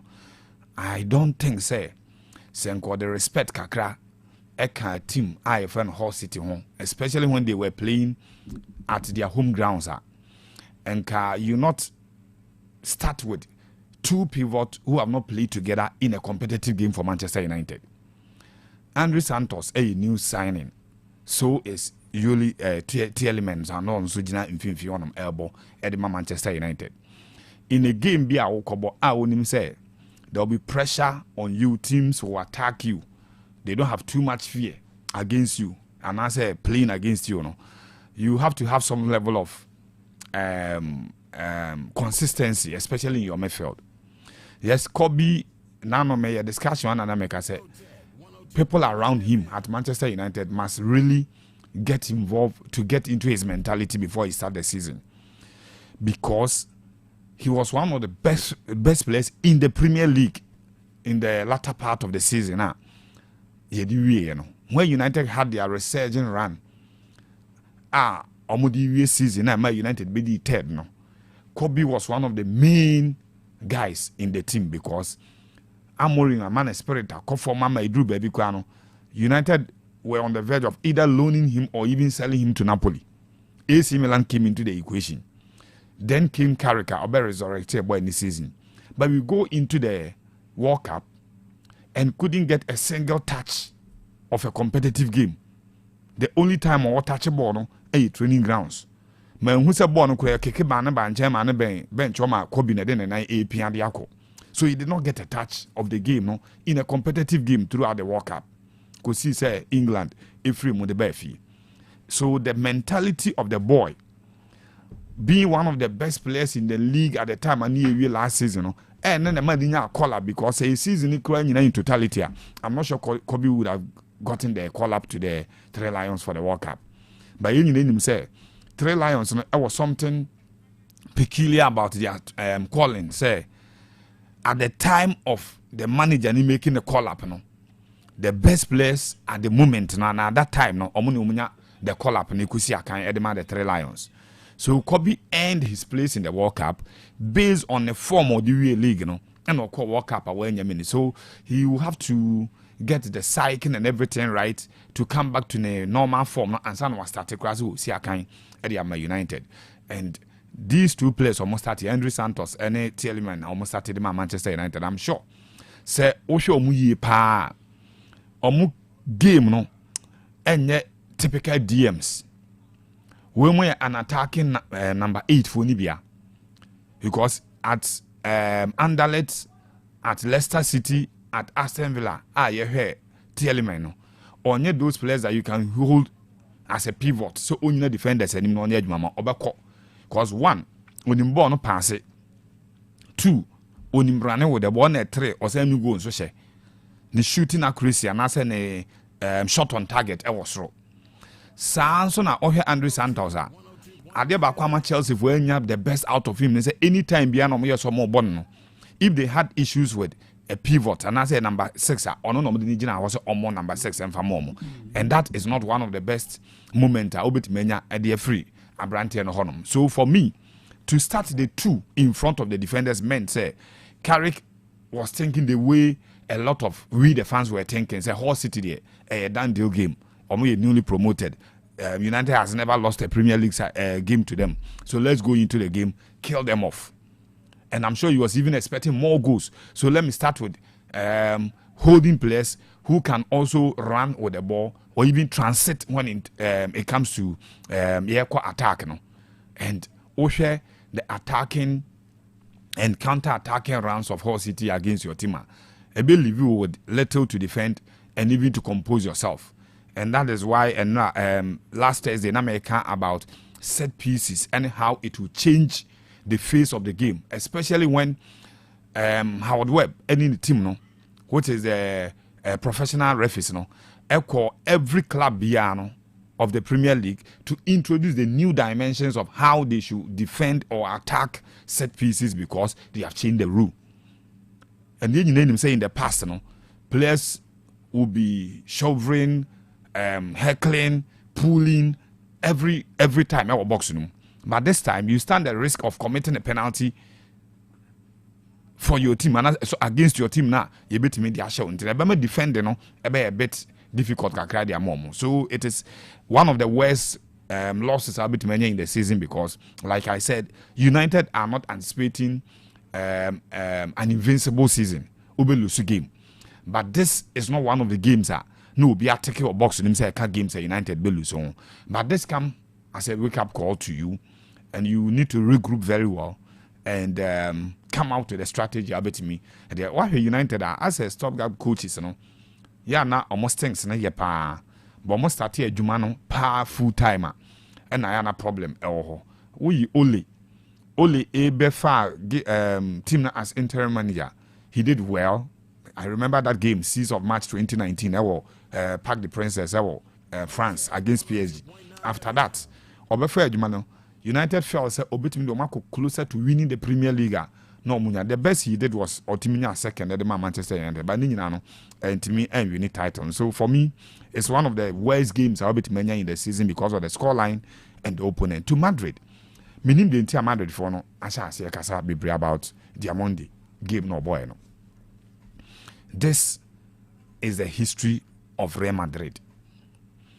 The biggest club, arguably, I existed to exist here in the world. And I say club here yate, na see a kind of football mu the brand, the image, and everything is huge.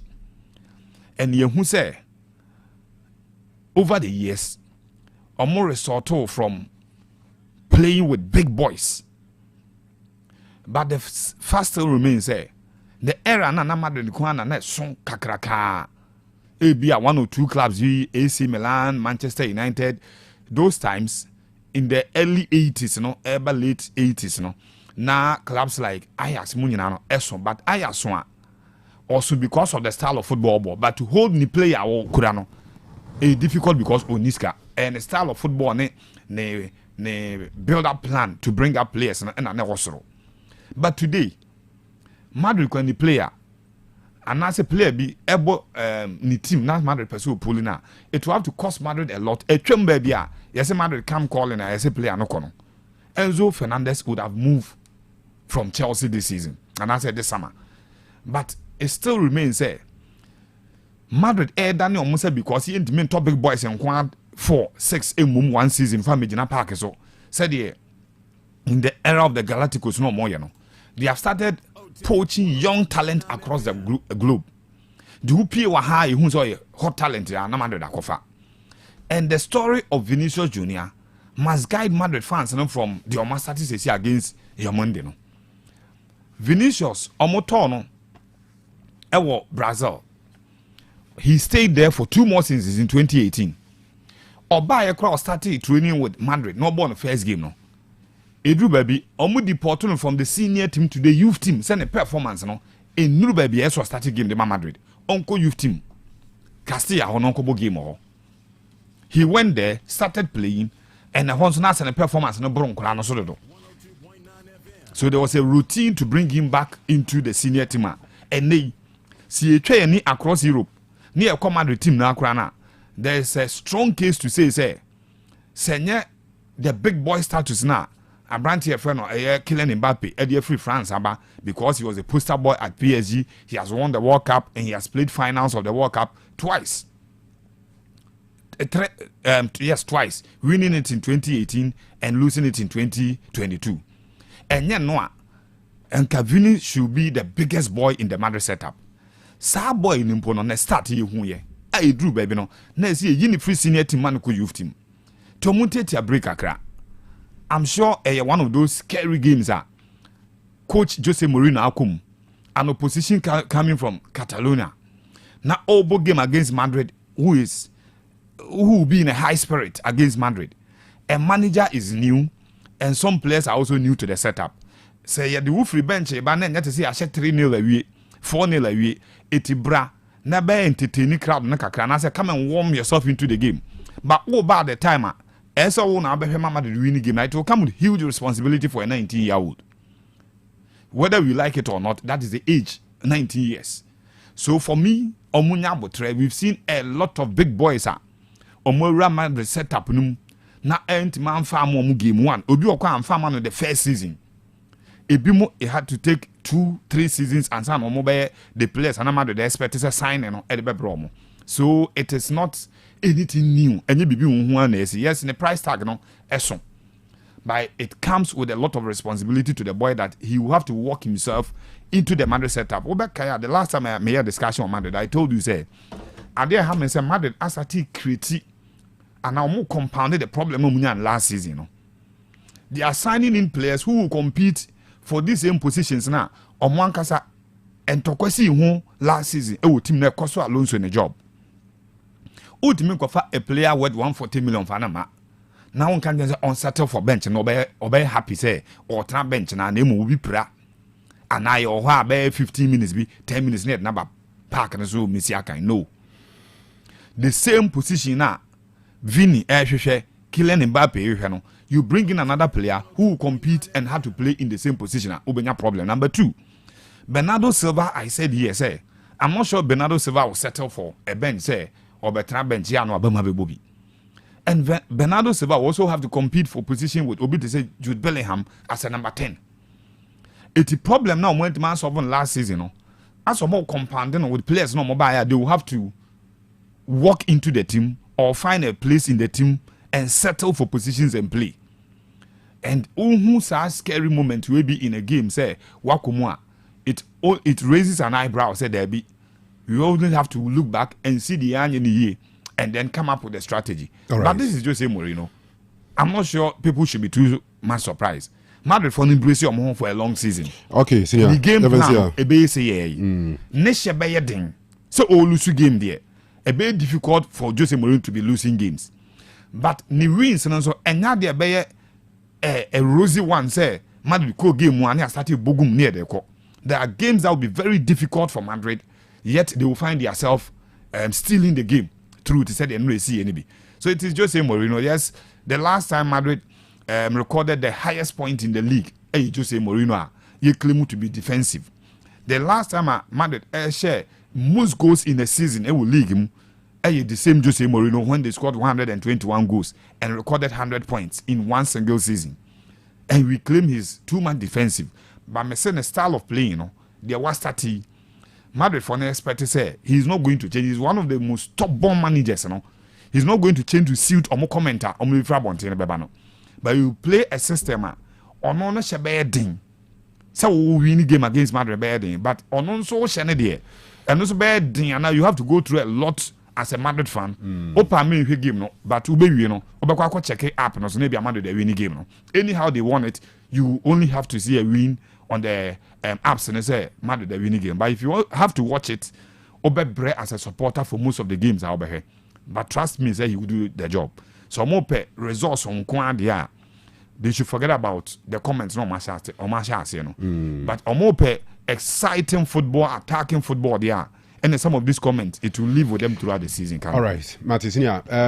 Say Bible verse no, I ready and keep to us. But yenti Dr. Muzunye we are now ediaba. In fact, last week now see a Beni Passover bass until now ye 6 winners. Okay. 3 for last week, 3 for this week. Oh, nice. And Sani Beni. Boy, it's not ready. Aye. Nipa 3 was a year last week, you know. And he passed by into Yanye. Yeah, I'm ready. It's a quite many coffee in Quantini as well. Yeah, that means. All right, so Dr. Muzu, ever take it the next few minutes. Na what boy and Kaya about Jumedia Hodwa Koso, Amuzu garlic bitters, ni Nra Hodwa, a wash fair ho. Livia na Yaba, Abba Beshem Komoka crack wetchinty, your phone so ready. Yaba and I say be read the Bible verse back home. Now must send the quotation it true. All right, and the dog besum na Yadim Komona so. Dog yo said the American Amuzu garlic here and one dance here and one sempan na meti. It is a do the Kanu ama and can medigan of 4 bro papa because almost 22 CDs 20 Ghana seconde bito. Any Yarewa Kessia Yadian Esa Momono, HS Kanu Gama Fedunama Kamahamo. Omon pressure was from my buffum. Omo high sugar level, omo no sugar level, buffo kama. Omo akafra omo say no munai 83 omo ho a. Omo na tekure nye yi. Omo no galiki omo atom kama. Omo bre pass omo ada ina ho ede momo den obebre ase wada. Amuzu galiki aboa mende omo da na ho. Ebinumu say doctor ha nyina ni say sebi ayen say e ba yeto wasi etwetwe yen saa etwetwe yen ye ka ne sciatica no ya bre ho anya yie na so nya amuzu galiki no mu ye say ono nyina atiko. It might be said doctor me mo edu kakra na my overweight omo nya garlic enum say omo so etie ni na de kura so doctor me to garlic san ka me num na nka me swat you na so menses no boso me so a e ba say kama e maybe a omo awo atikwa omo nya amuzu garlic enum ye ai nese biu awo na aba e be said doctor na me yobi asabi kakra na me yare ninya garlic enum me yare biu de mu kenyina no de nyame nwanwa because report the Otec no HS ni mani nyina Amuzu garlic bitters.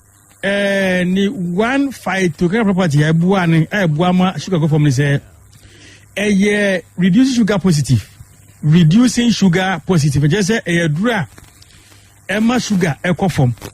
Na akondi Emma sugar eco form no na bi wo amuzu garlic bitters mu. Enti mona monum na mo se mo sugar level eco form no. Mo kon check mo sugar mo se e kama no. De man ye kama no. And say amuzu garlic no reducing sugar positive. One of the phytochemical properties that fight against high sugar level. You say doctor, yanya amuzu garlic no mo yeno na ye bre pansa yada insomnia. Menuma na mi da. Ameni aje ni nwanwa ni nyane say amuzu garlic bitters is rich in zinc and sulfur.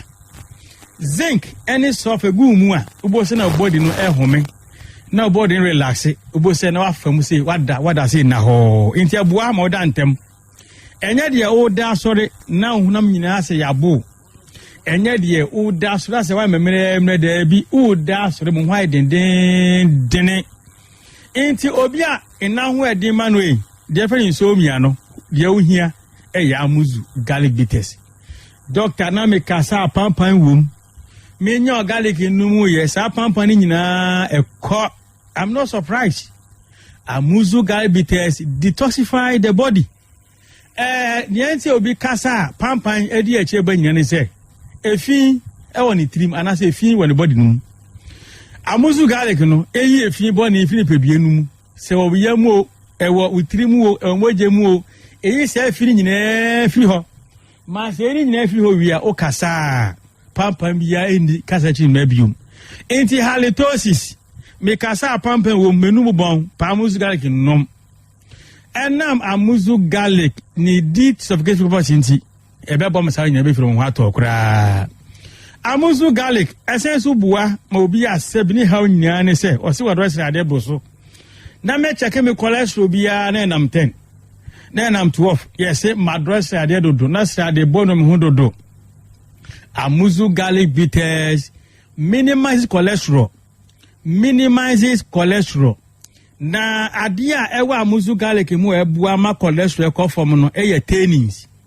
Amuzu garlic bitters is rich in tannins. Na tannins no the juma dey say it burns down excess lipids, it burns down excess cholesterol, it dilates the arteries too. Inti eyi sra de bone essential masabi ebiebie wunti woja edie fusane ma breno bia no o cholesterol dose no esote ebi say doctor menu amuzu garlic bitters anope bia metin be ma ninka me da ho ma chen bia ma de sorry eba ne say amuzu garlic bitters is rich in allicin and selenium.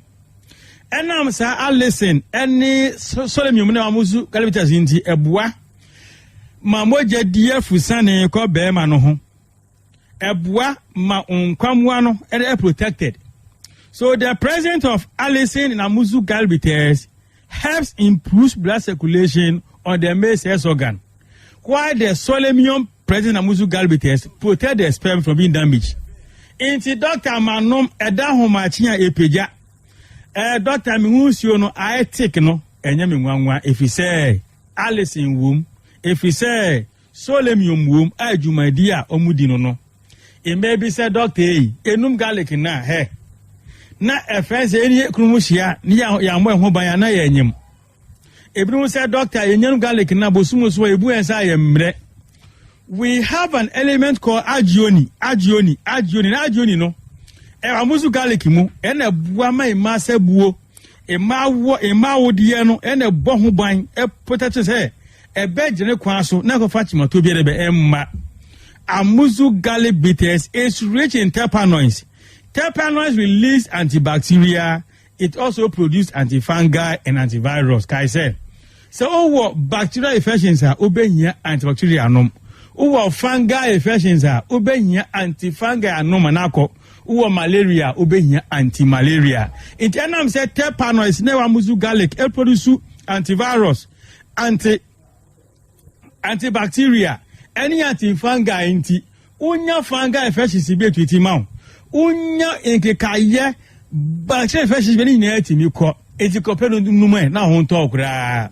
Amuzu galibites is good for stroke patient. Bedrowing and obianum yenu pe awenya stroke was ranante. Was the doctor?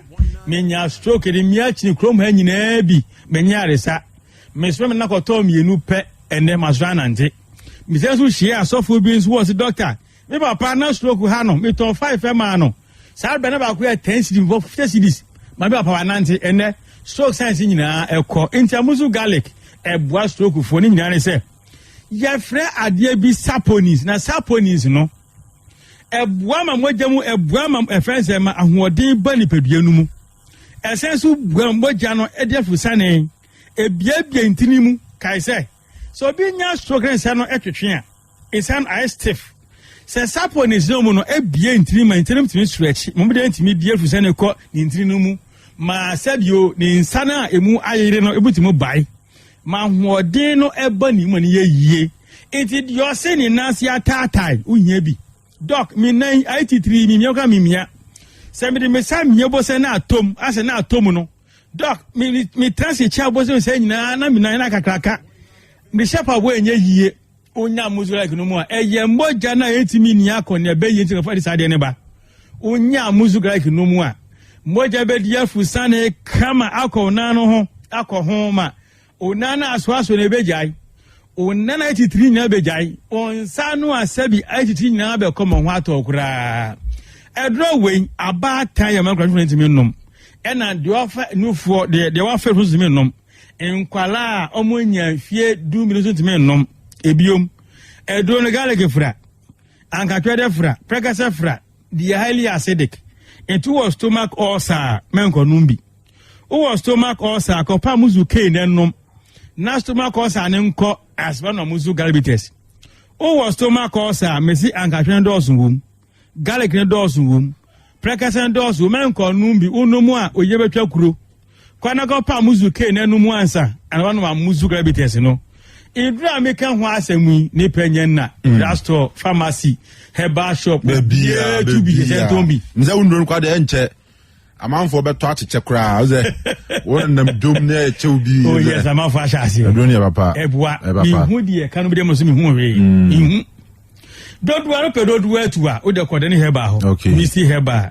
apida greek enjumu to be san etombi na Colinac any alcohol from Ashtown Fredimens okay o to be sent to be honomu a kai say ya sie ni nyina so ye to be sent to be ho ya sie no kase no watafo nhia so amuso janhye heye ye oboasi jeje ubenya bi ato no so de bi atu konongo we are director opposite chief palace ho ye obenya bi ato nya bi atu o pa amuzu galegun se mise bia e bi de meke nyina no nti bi ase de maka nyina o se nya fere nchichimu no afre mi na mani ye 0247 na mi free ha ye ko tenasi okay e wata fun shi aiso doc me pese mi hye wa mu doc me pese how de wa na me kan kire doctor ye see branches doso da ben pa na me nyaw enne me ko tenasi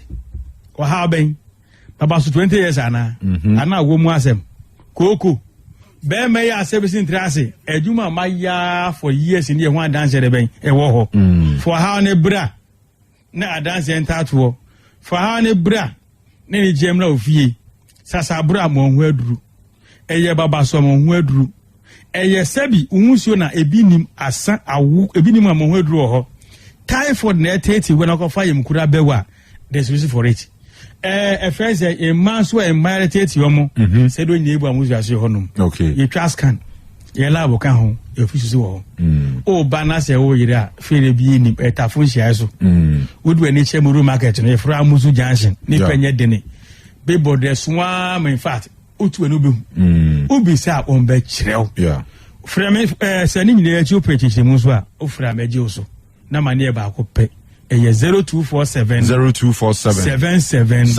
67 43 0247 67 43 the American dey try to nyina ne se be mati ase a ne be ma Otec 102.9 FM the pride of Ashanti. Nansei mia me di ho dance pa se ma di hu na kofam ade ban mio e wa chiro mi woni ye papa asa de abo asi mani so mani ne so ye wisi eso ye mi kusu mani prunsuo e fenfeme e wowo me ensem sei na wo ka dia ehia pa se doctor ni be so bra by Grace Eye Clinic ma ye fa fidie hwe wani no so enkosi wani na chi nye hwese de nyoma sitie by Grace Hospital esanso obi a ye hwe asomo ehwinimu ene eminimu me hwe ENT Clinic enti mo amota kwan mu minimu ana wasum tai kekau ne sentu de nyoma hudu awrebra wasum setakra you wasum penti hairpins matches ene nyoma hudu awrebra wasum no Mr. Jai ne bra ma ENT for enhwe wasum ne mfa mawo da ben na hunu dentist e mo hwe wanu mu ma wo wo ka so obi ho no kokọ na chi bra me nye scaling and polishing wanu mu nye hwam kama wo se na so abua bra me hwe ye de bi besi so ma ye fe ana mpa atu a ye besi foforo de amawo kaka bi jejo wo se ye tu a ye betu enwema amaka nyina opesi ye befie behwewa ye beba by Grace Hospital so Kumasi Breman eben DVLA office no bibia ni amienkasa 0244 97 68 05 102.9 Otec 102.9 FM, the pride of Ashanti. All right, after the young queen, there were some few minutes. In fact, about 11:10. Rugusu Tier Total Sports Otec 102.9. Point Mamincha Alaji Baba Shai. Earlier on, I made cut time ni mistakes or no one frame correct a trim agency so Alaji me that's a P. Ti Alaji Baba Shai. Nyami Aduma Friday just about 5 days away. Na Hearts Town Bium de Kotoko Abebo. We a Democracy Cup 2026. And you said Bema Bible verse in Temna. Yadi nkomona kano atwaso. Na yadi bibia sheshe so. But in between time no so no. Yanka mo say Accra City Invitational Tournament no egusua ekoso. Anope match bako koso between Vision and Swedro All Blacks. As at half time, na Vision LED All Blacks ekabako omuntumente. But akensi ni berry no akwa draw ama me no ka say penalty shootouts ena egusua ekoso between Vision and All Blacks. Enti egusua ekoso mo bo penalty kicks no a che say yewia de besi bia no ye de ho nkomo emamam 90th minute mu hona no ena Daniel Soa wono eto atena ema All Blacks ema game ni ye 1-1 enti sisi ame no ka say de wo mo egusu bo penalty shootouts na All Blacks ashemiensa asemienu ena Vision ashemienu asemiensa enti eno so ene de tie e was answen mu. All right, now say All Blacks na wini 3-2 on penalties.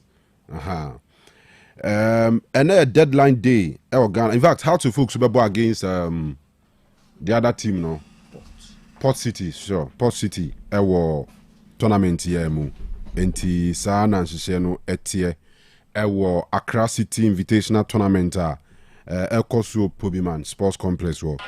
All right, so after the famaye amanfo are ready na yen to us from there. Yes,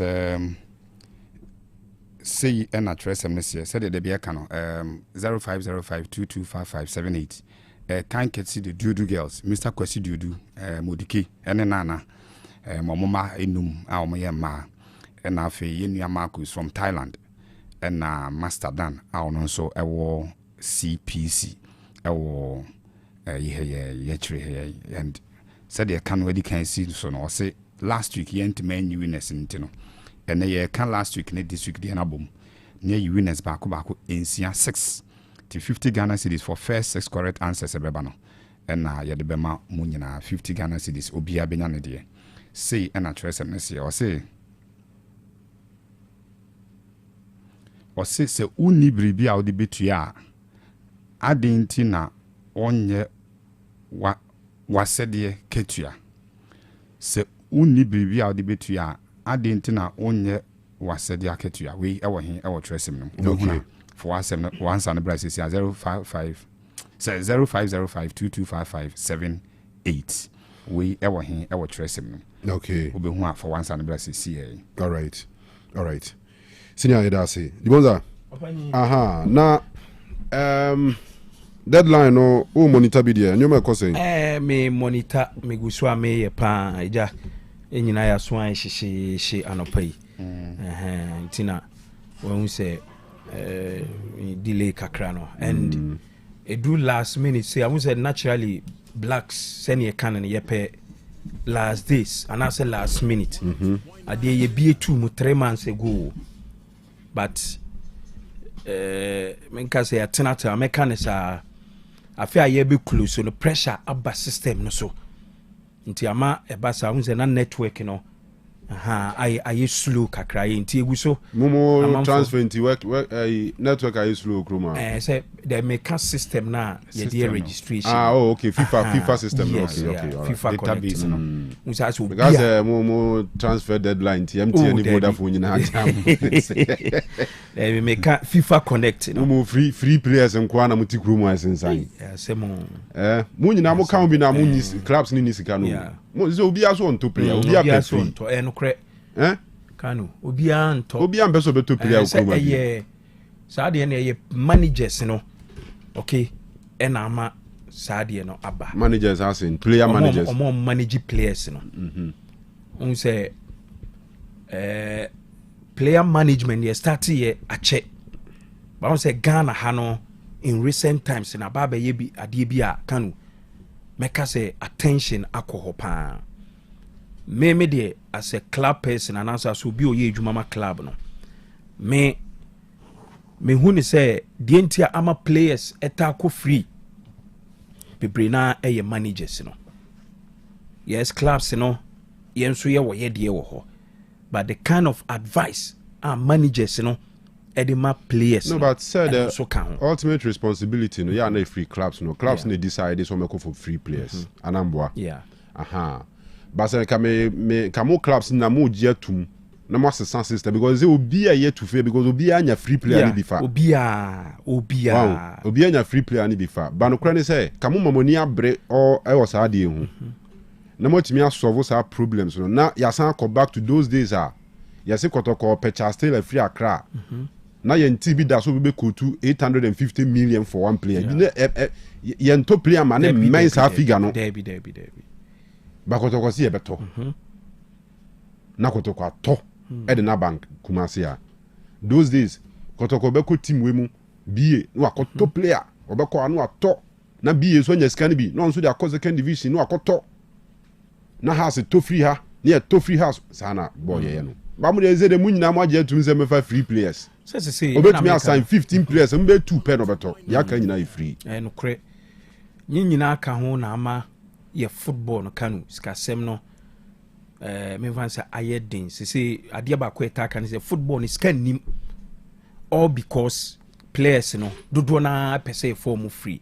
and a players no so ayo ma adwen say omo so pese omo ko free and as say internationally and I say yeah players no kra o de hwe omo free Ghana ha ko no bebre na e free omo ko Tanzania omo ko Kenya omo ko other East African country bebre na obo so ne ebi akotoko ana has other teams contractor ende na wako free enti Kanu your style of system are currently operating no and na ma new mama ye den and na ma ye born us can share den ni say even foreign Europe kra no bebre na no teams ne ever play and free on mauska na ma ye agreement say oton na so transfer na ne bia wenya o percentage ewo is a ma clubs no ye ho chire ka season ne endia se kotokone aze o musunti wo de ma me form ngina baby kakra so e bia Kimfaisa ya ton be ye 3-4 bi so e bia smaller teams aba premier nim suma enokra no sika ye nyakra ye sen premier no ato 30,000 40,000 I mean 50,000 say it's can intimi more e bia 5 matches impo nti this time ye born no the ama clubs and e any say clubs no enye sika especially from player transfers ka Ghana hanso be bia clubs ye sika pa bebre na e player transfers say stadium no supporters nko nti ka first na e bia ubo home one kotokwa na has na big club bohoma sika obenya from gate process no obetimi about the next be 3 4 5 matches na bia woman wonya big game back abo home na no so wonya sika dia running clubs say match day revenues in there zero. Yenim se Ghana hanso se ye ton ye replicate se nyi sika na paraphernalia no eno nso enhyede ni ho nti honso no eye almost to nothing ka baby a clubs ni nyi sika kakra eye player transfer eno na wonso dia ba be boss say eye free.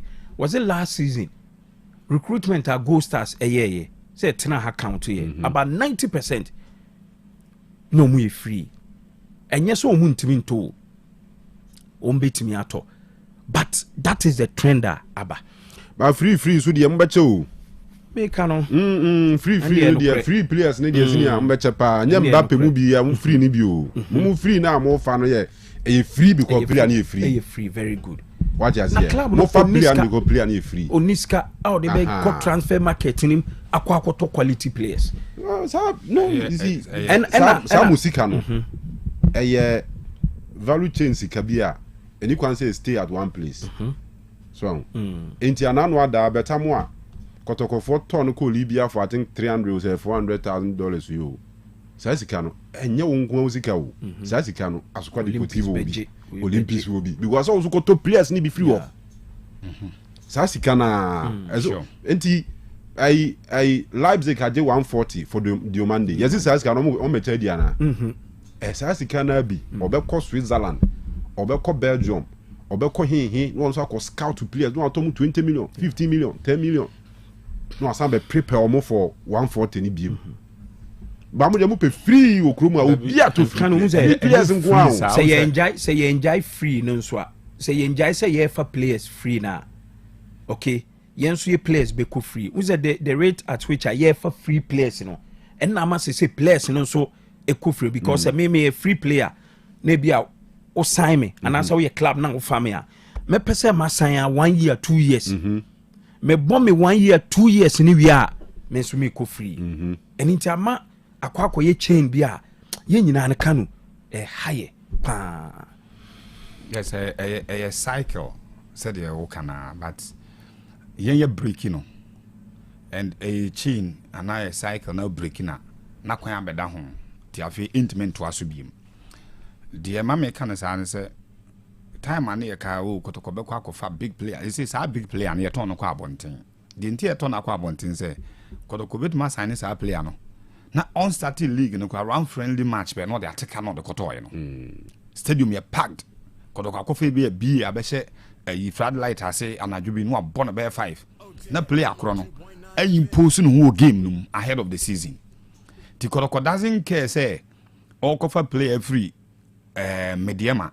and now all ko wafa cover player ye bon be eni man say be $50,000 kwa no okay all the two players go super ti you be $50,000 conversion to the Ghana cedi no e the top player we rest assured say ni 2 matches pe bi wo kurum ha ebe mo realize scanner of the coin no but today all the upper yen shape players they chinchina mo fa free for ni bi say player ni gina ho na ye kotu sika no e de to no ho a big boys no come and koto me enhwe Kanu they cannot because auto ni we are there's no sign of say and there's no sure it's a bit matter kana de koto you know and your football level no maybe it will have to take you about 3 seasons such players and so musica some more de ba Kanu all sign such a player be a wo kobe $2,000 range be for a Ghanaian player na say unse kotoko twa signing on fee mu a no mo de ni nyina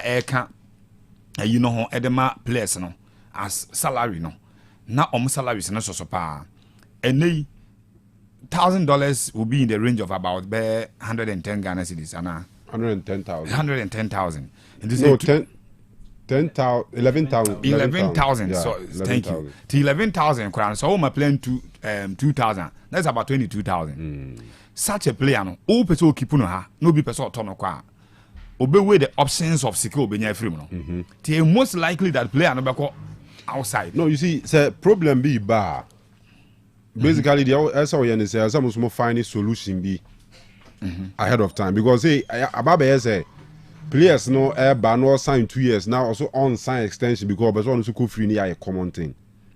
So DNS yeah also a trans near strategize e be a player no Charlie free ni there ye nya be mo akọ free no akọ akọju sika wuto but yes we a football club ye run football club ni with sika ye sign 5 years but no kro ni say one of the clauses ni say ye ton for this amount ye ton for x amount ye be ma why as I can say ala ni abe allowance na commission what you say no like there should be something that was a keep player in contract.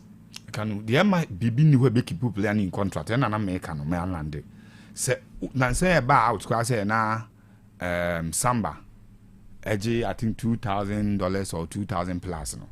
You see the reaction of Kotoko supporters around it. Indeed, say such a player will sign about 5 years and na 2 your scouting system is a bit problematic because even Ghana here around football it need too much data to assess a player. To say one a player no have be 2-3 bia.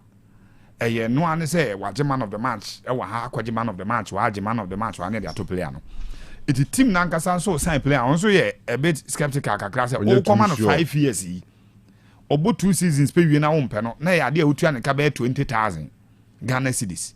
Na woko status say say player status committee say kwan a washa ase na e bia wo twa no contract mu na ni nye ho a ye hu when players contract ya calculate fee na ma club no etua e de ama no the players no yes e bia nka team nya no pɛ but team no so say so say o command long years na amfa obenya problem and no na ma players na take the advantage but mum sign 2 years e bi kwa sign 1 year they minim kese pa ne say as a football club say we invest in player we invest that much e player more for instance Madrid that 140 million koto demand no o mu nya demand na bra bomb ma no because Madrid ni hu ne say o mu investment. Yes, it's true. Enti ade bia demand be ye bia I say odi obi ka what is that video in there odi obi ka na o twa kwa mu rough na kwa no hu no from afar no say maza ma hu se sia o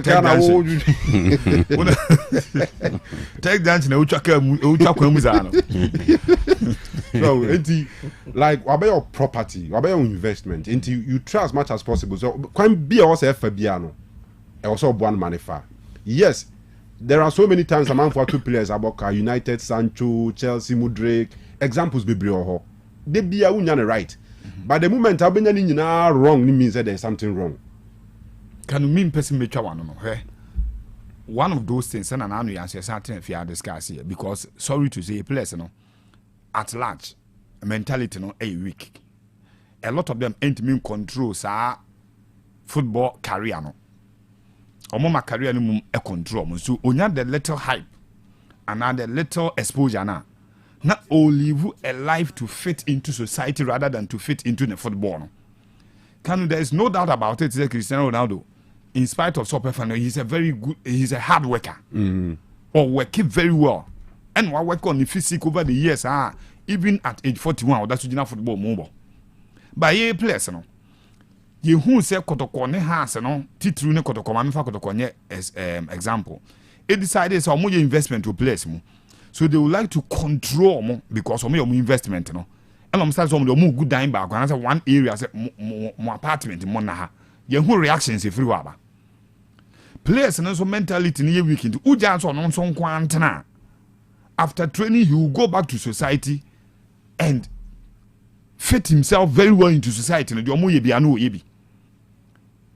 Yen shede ni psychologists or me are tied to football clubs no players na nkasa shede ni omo managers a omo ebia rehab bia players no ekọ from kakra omo de omo fam omo san back teams ni decided say omo the players no so kwotena ba bi omo betima monitor omo ehun so omo ye omo investment and omo betima replicate investment no omo ye no park so no e ho so the negative stories kra ba team no ho e ma team no so be say enya akono e chance ka beja omo antena.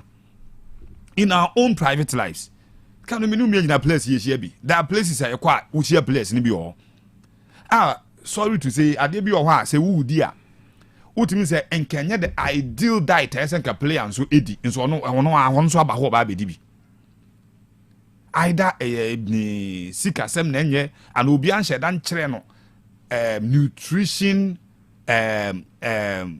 routine bi ɛsɛ ɔde ne ho fam sɛ woyɛ player no nti making sure sɛ veggies ɛbɛdɔɔso wɔ aduane mu akyɛn sɛ wobɛdi carbohydrate ebia protein koraa no a hwɛ sɛ wobɛnya plant protein akyɛn sɛ wobɛkɔ animal protein ɛna this timeline sɛ na ɛsɛ wodidi ɛsɛ bia wonom this quantity of milk so wokɔto sɛ football abɔ awie na kanu wabrɛ na wakɔtɔ kwadu so wɔdi a wobɛka sɛ wɔde kɔ akɔma ɔmo yɛ fasting so ɔmo breki but go to nutritionist wobɛka kyerɛ sɛ there are calories a wobɛhia yi ɔbɔdi no a ebia kwadu bɛtem baako pɛ one finger of banana ɛyɛ enough sɛ nka wobɛdi but nipa na tɔ kwadu bɛyɛ 20 series atɔ nkate aka ho wa wokasa a wokan wo sɛ kwadu deɛ wodi na nkate nka ho a ɛyɛ akɔnɔ nyɛ saa nkate ka ho ɛkɔm na de wo wonya tɔ nkate de ka ho ɛkɔm na de wo na apɛ sɛ ɔsɔbo player na di kwadu bɛyɛ 15 pieces ɛde agu ne yam after we football ɛna wo sɛ akɔdi agu so he doesn't know how a bit ma het no the classical case your former captain Seven Apia the enemy said there was a ban on him not to eat chocolate at the time of Juventus. Your blood no a dissect o blood type genotype na who say ebia emachi orange emachi ebia pineapple emachi ebia bibi intisani manemfa nko system. Who is doing that today?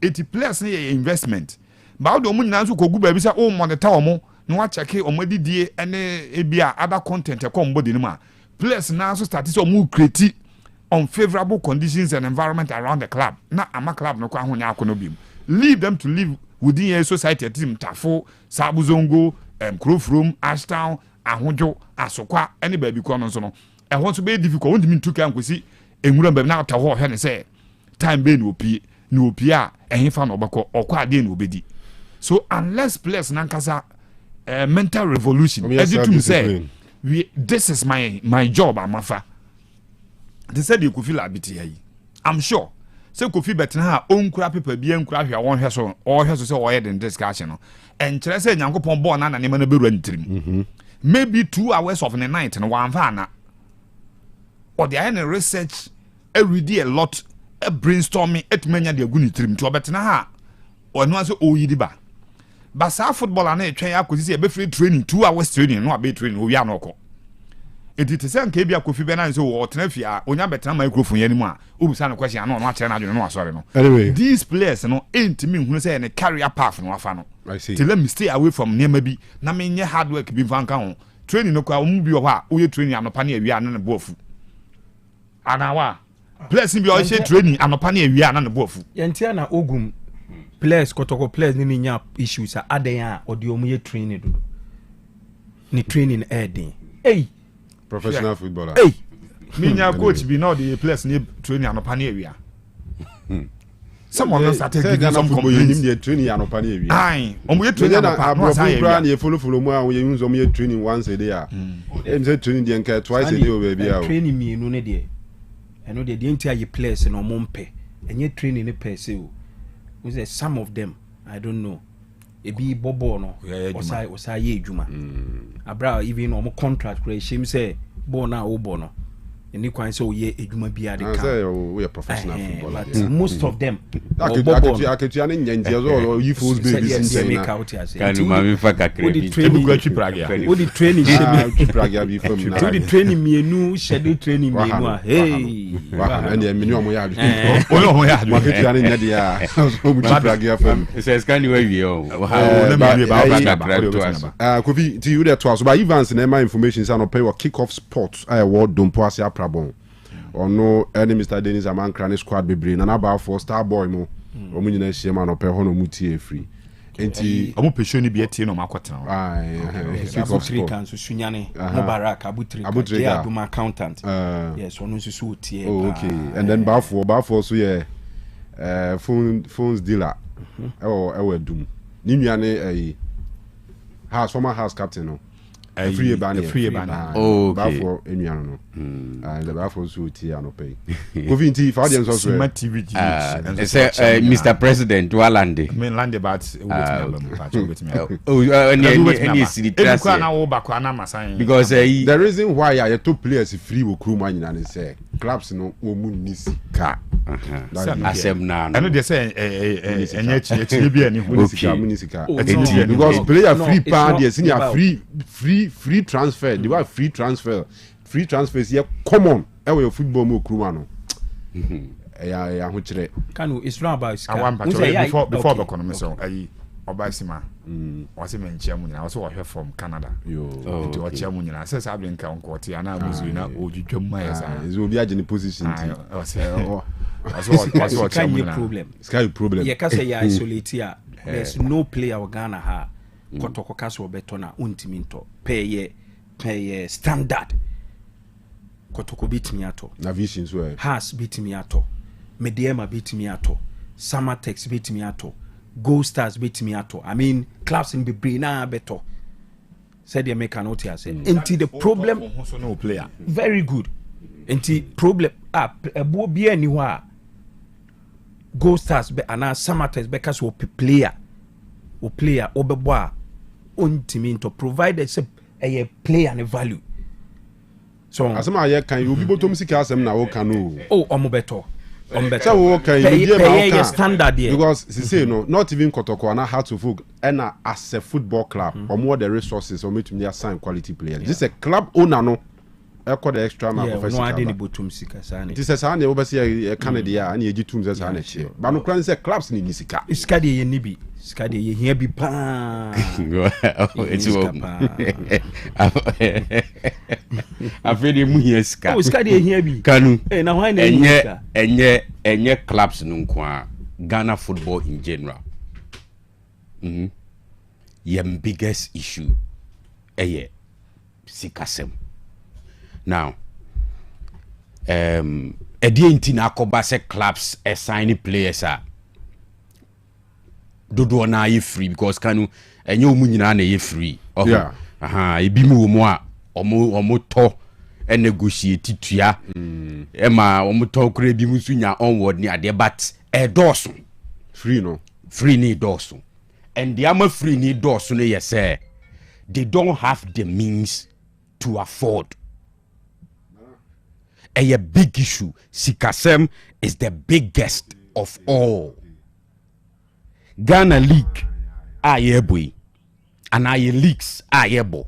Say Premier League, say Women's Premier League, say Division 1, a Division 2, the third division at all levels.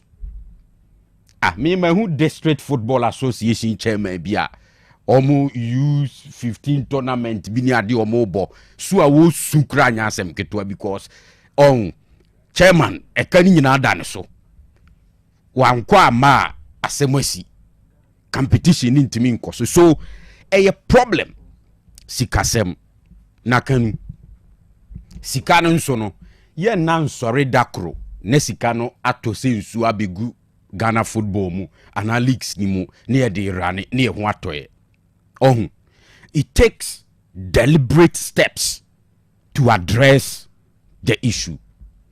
Who say a problem kesiye pa sikasem. Edie nti na ama akoba say sika any league nim. We need to find out that one as well.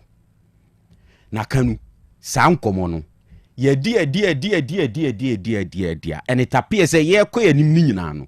We don't pay attention to enuoma na ama sika any league ni muno ana amasika emaye leagues ni muno. We don't pay attention to them. For example, Kanu today league bien wono ma wo beboa sika bebem wabra media right hun sensem TV coverage any ade enyina ye da Premier League ayeka ho asem ya asisi akanu eye league sika wo mpa no ya Man U a china Chelsea nso be hye ai na manfo bebo amudie yi obi e follow yi Kanu. It took one day a group of people sat down and said, let's break away from the football league. Yen form the Premier League. Yen register as a company. Yen target TV rights. Any revenue se be free waba. And Kanu, you are able to cover the game and our games no in a manner in which ebeye investors are kono amo maba on board when one baby a wusi akan is on point. Watch I say. Inti eba ne pitches ni se no mana enye problem. Inti so the camera to so na wutwa images any videos content na be free mababonte no akono eye appealing. Inti so the core entity bia ho na so organization bia ho say onfa ni sika mehim na ebebua na Kanu. Most of them will agree because adie na wo dia ba no appealing. Is that not it? Sure. Okay. See I can say we still have issues with the pitches baby a bobo no so the camera could see so the best camera in the world would the first see games no so certain venues the be ban still enya kono because of how our settings necessity enya no kre and the ban coverage nankase munukra na we still have coverage issues meboa last season we cannot say it's good say I started from somewhere because at least all the other coverage no compare the previous season na ya chiche mu ato apete platform no bibiri so bi on ma wo hwa na ade na se streaming na akate no adesa dre no on utum say e was slow compared to the previous season. So we are making progress, but even with that Kanu say that so issues on say they sit here entino it is about time I made the makase we come together as a people football for humble yourself. And I know Omoko Congress I saw the GFA president, the sports minister working in a manner in which say between them no relationship near cordial.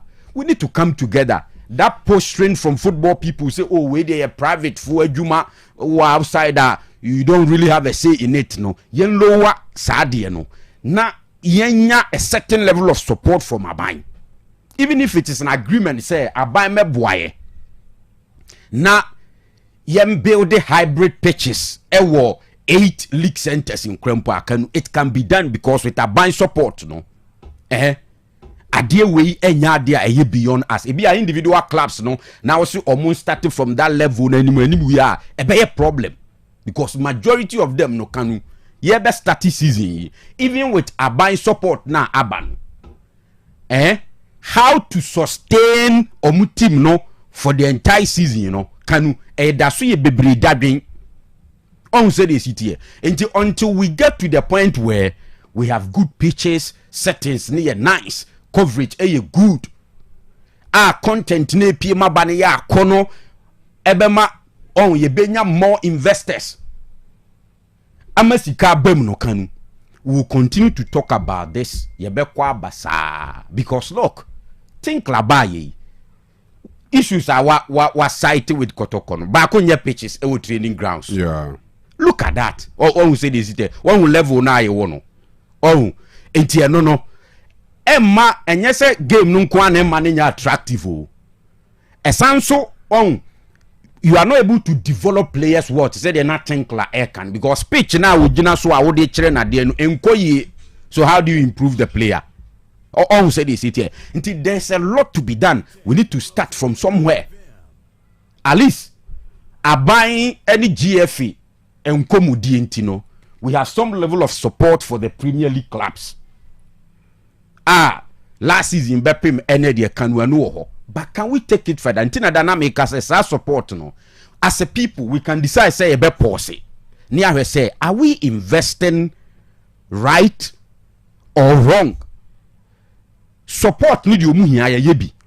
But last season when we gave the clubs money, the improvement be by na.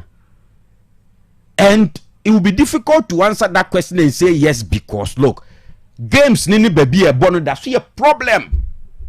We still had issues, lot of issues. And what's you dealing with? And basic ones now can bit me up propel you to the next level. No, as a yard crunch down coho. We keep talking about it, especially Otec FM there. In the last few months, I think say we could be in Tremu Abra ye din komo wa ha pitch in was MFM. Baby is ya kan was MFM. One who said this, yeah. And I think we have to look at it from that perspective. And yes, I Kanu. You be kwaba because today, Sekotoko Wuska and Kasamba Onel Eda Subo Kotoko Mebwana. same as abetamuamu any idea. But they just can't afford how much and the entire season, you know, ubenya. And how much are you putting in? Oh, did there be a way I just ukofi kesiem for support? And can say no man say sa because the way things are no adding to attract sika bebre me ho atoye to the level where Kotoko betimi a rubbish shoulders with alinum and buy players our more level wasro no metimi a sustain omo. But as it stands now, no club can do that and survive. Obi so twi adwene si ade ba koso a o say Kanu, what you're saying is true. And another angle, the reason why Kotoko and Hartlepool that big clubs mostly terminate and let their players go for free is the smaller teams in Ghana. I was saying the smaller teams in Ghana cannot buy Kotoko and Hearts players. Let's use Emmanuel Entry as an example. Kotoko have made it clear to Entry that he is not part of their plans and he should bring a club for negotiations. And we've also heard Port City are interested in Entry, but instead of Port City to come to Kotoko for negotiations, they will wait and get him for free in case Kotoko terminates his contract. And teams in Ketwan also more feel comfortable selling to Kotoko has. But the do time I must move here Kotoko has players as a more babetono. Namu de more de Kokwasa, Namuna, Nisika, Nam, Namua, Namu, most a player, no cheap child contract, moon or Moncan, and one of those Troco as well say, you bet Jody. Was it then, I'm feeling happy. I mean, some of all these reasons. Agent. No, there are rumors to say Omopeno. But I don't know. Officially, if you crana, Omo approach Kotoko, Ombitmia negotiate, I agree, Amowako. Yes. But I don't put Kanu. He's only cited Entry, DNO. It was a noso. The problem is a Sikeniho. There's a trend. Another trend there was a attention call for discussion is a first what the Kotoko example play biba Kotoko na say ebia ontimi mo a no say Kotoko o me de ne kolon e wo brekum Chelsea me de ne kolon wa Osta wo say wa kwa akobọ apeke ne form na the following season was aba abebo but I say it's why a trend be the moment a team no ebeka say ompe player no so be insist say me kolon enti no cancel me either say we cancel me contract. Okay, and now say be a ube jame because they say one cancel contract and so or on count plans so or ye training utrianica na waboka into a hono so players na take a position be a oka say odeni kolona or so onko but ka first in send me kind no Kotoko play be a wabalone kim face wabko Chelsea wako wa Osta wako akobo apeke form ebasa who play no kra no esaboa ti you know your managers now, managers look, anyway some of these things in the like abrofono unso musu sa Machiavellian tactics or musu I remember listening to one of these black guys were Everton Tamana Coleman yomu coach no I say coach nem penasemo catch any streets on Peru no team no anything around the senior team to the extent say enkura mukura no nyum didi team no nkura no mu e didi a no akoka no akodidi bi say senior team ne de men ho kura coach so hia no like no team no as a system wanted to frustrate the guy na komuntwa no contract no nko but it doesn't happen too many times. Even your Hano Crano situations be on my entire CP. Yeah, they make another example. You Mesut Ozil near Arsenal day, Gareth Bale near Real Madrid day. So mum pewa.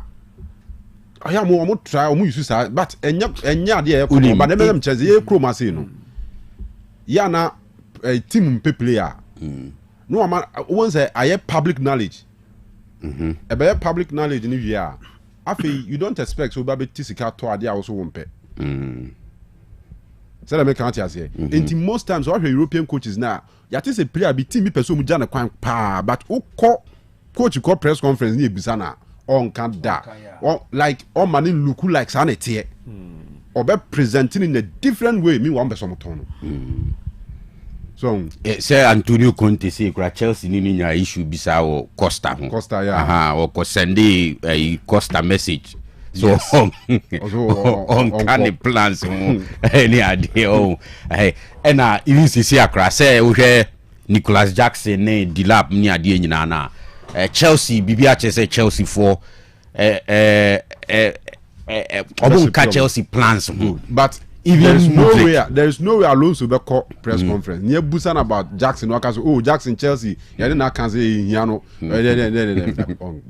or like or be presenting in a way say Jackson is still an important player or squad nimu but number so much all because of marketing honey there Kanu those issues are and just about Omuniska and just about Omukoto Kotoko de sisi ase has na no omo unveil be 9 new players so say including John Entry e pop mine some of them are young players Kanu ebi ohokra na omo form from lower divisions it doesn't come with such huge cost no because lower division clubs no most of them they are no me interested in onward no it doesn't really come with such huge fee no but the problem is has impo afa no obone fa only the resources to maintain the player enti Libya biba player no beko haba bia ba player no beko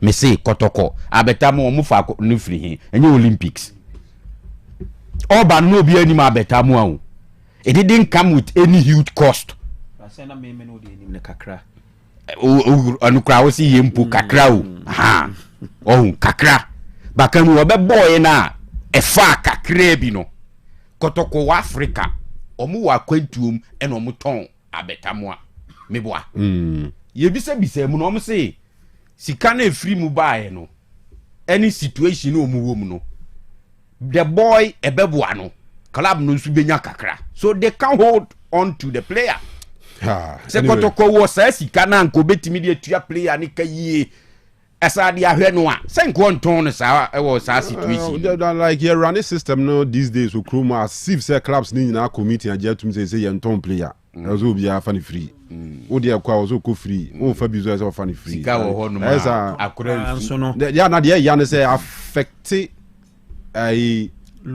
some teams no mo produce players no feeder clubs no mo was our coast clubs first no omo na premier for to players free omo ho and two or about a player be woni na so na 5,000 cedis bia ba bia na 10,000 cedis bia ba say sika no wetumi age wo so next season no away amakoko behind trotro any sanu anu be kwa away na soto amaku aponchi bi na only boys na ria ivuvu one sanu man kitingiti na amom so tumi produce more but these days some of these monies no enkwase ho because premier no ono ya fan in player free ono so akofo obi dey free and to lower division wo kwa dey oba dey one hwe free mu free pa and obe fan ho affect you mo say mo hwe na mo solve that situation because and onim say ye football enya fe ye ntua nyinyina that's the problem so say be amato play ano and the football for nkom eno kwa nya ha nko no mu ntua nyinyina ntua bi na aka bi da bi o aha de no de ka no e ka forever normally se nipa ne betua balance na aka na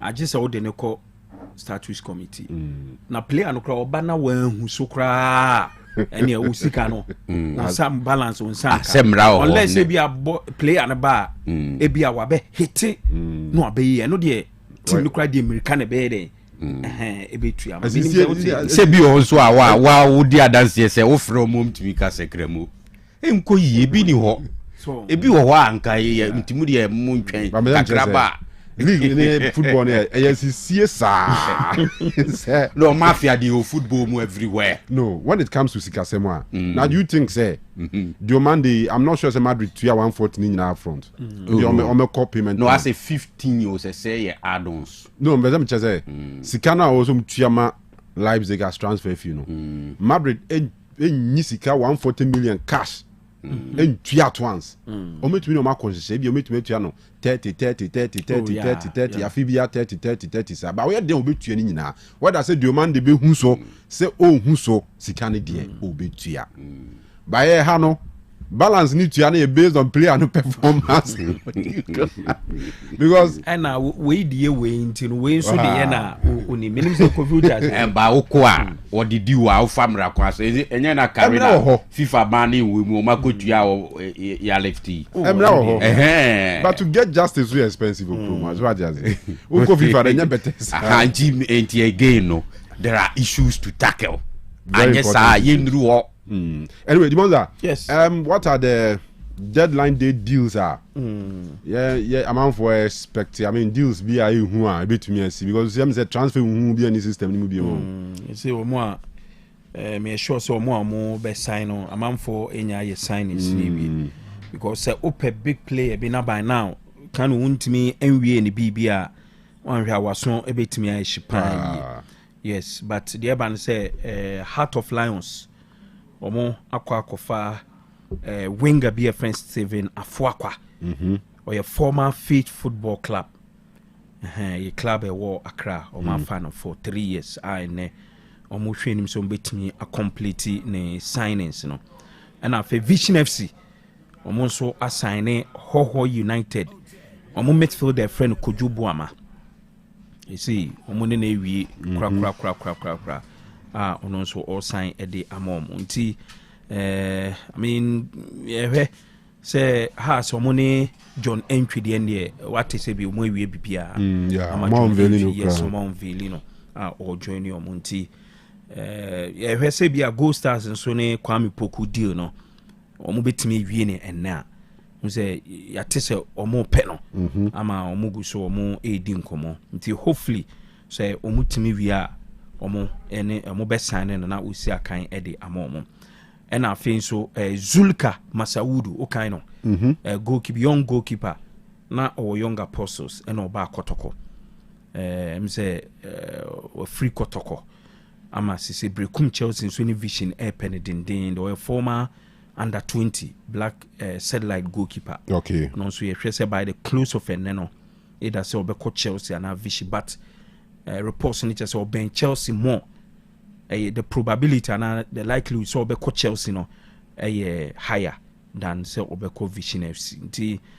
Teams are send here as a so far more more registrations say winty say before the close of the window and 11:59 can na close no room for extension no menye sure we say last 2 seasons window no omo NBA amaye omo close ye no ano last season I think omo my extension yes omo my extension this year so na ye hope say omo be my say call congress kra ne competition committee department Maxwell ne Atapuku ne one Leslie or Obechim United ene gina ye di nkomo ena me ka so mo extend my na o kan say ya mamo 3 months mo ntimi anye 1 week na mo say pe die na 1 week ni be ya mamo but bibi catch me say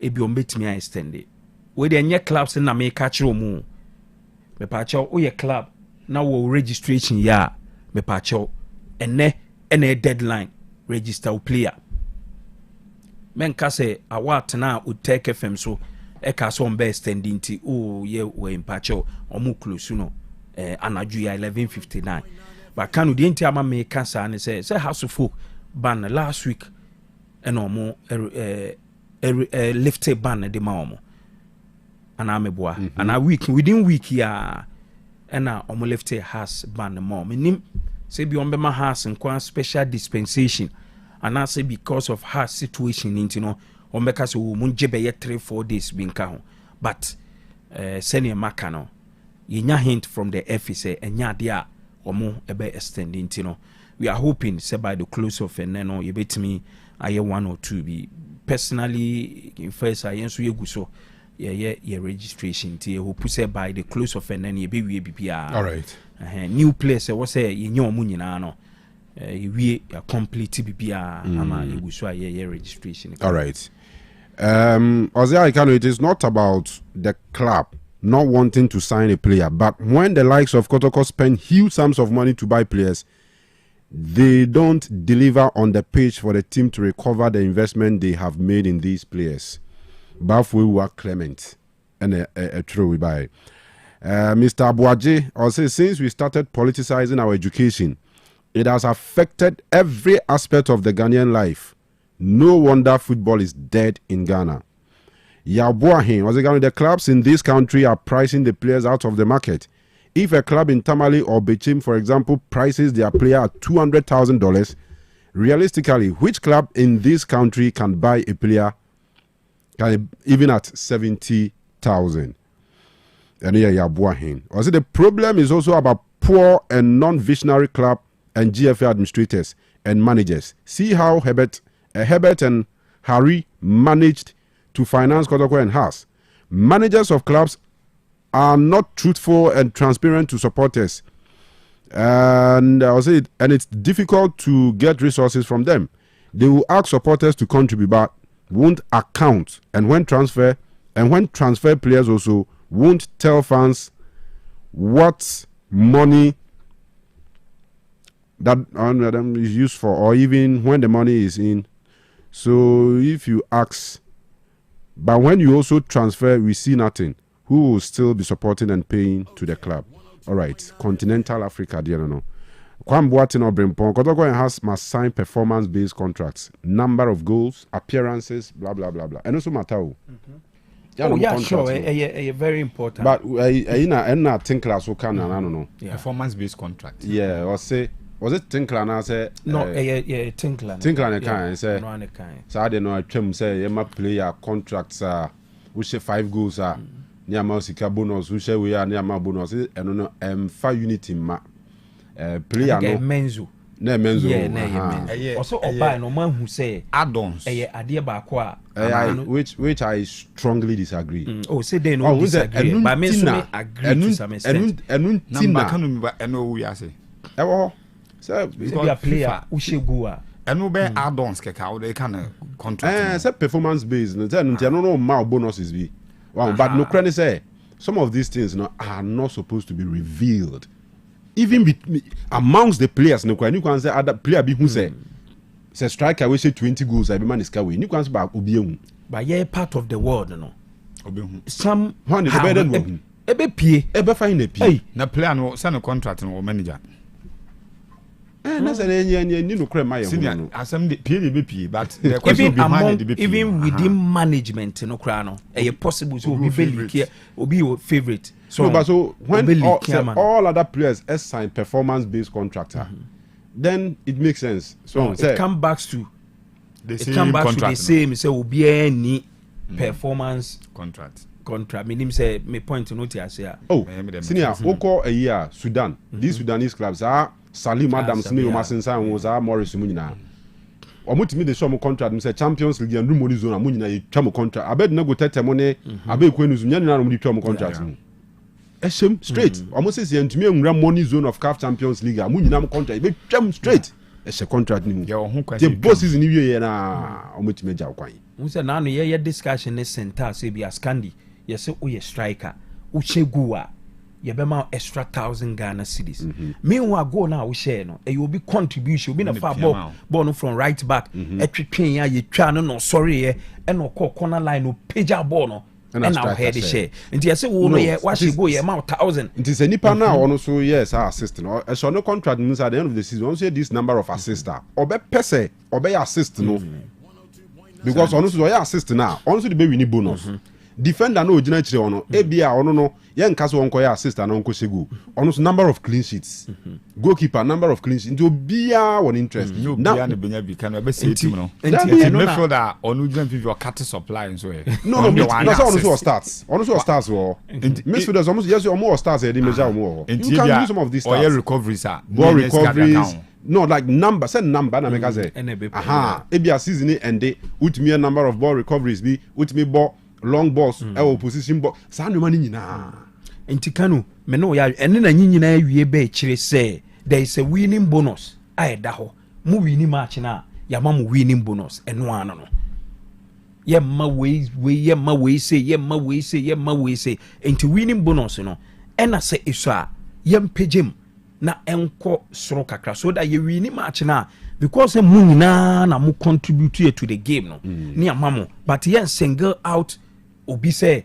nipa mienu ana miensa bi ana say ye mo bi menim say ultimate point na say ti ka elsewhere any problem but ye part of the world in there Kanu Edding pa but I mean maybe could be no some of these things need to be humanity and beyond that we can also do something for example I mean and players 20 something players now more club munyana only some of these contracts I mean there are certain players be team be your bed 5 6 7 8 key players be omuni kuta team no but I mean there's a men's who say uze otna say analyze ultimate say nioma over the years you know and in recent years affected Kotoko team no pa and to him no as the director of football right and a football director no ebi a penny research ne ya why ni say Kotoko problems in a bakuni because you try say ye ma 1 or 2 players be extra bonus a create confusion e wo team ni and inti a free neko and one say what you signing on fee what your salary what you winning bonus and one no apply more bia all right Mate yenti we na yeme birthdays in tries a bit me afa 1 or 2 calls be an sorry Kate Imra you will love Otec 102.9 FM you will fall in love. Introducing Novelas Plus, the new destination for romance and telenovelas on DSTV and GoTV. Get swept away by shows such as Saints and Roses, Forbidden Love, Be My Sunshine, and more captivating stories. Tune in to Novelas Plus on DSTV channel 133 and GoTV channel 134. Novelas Plus, feel the beat of love. All right.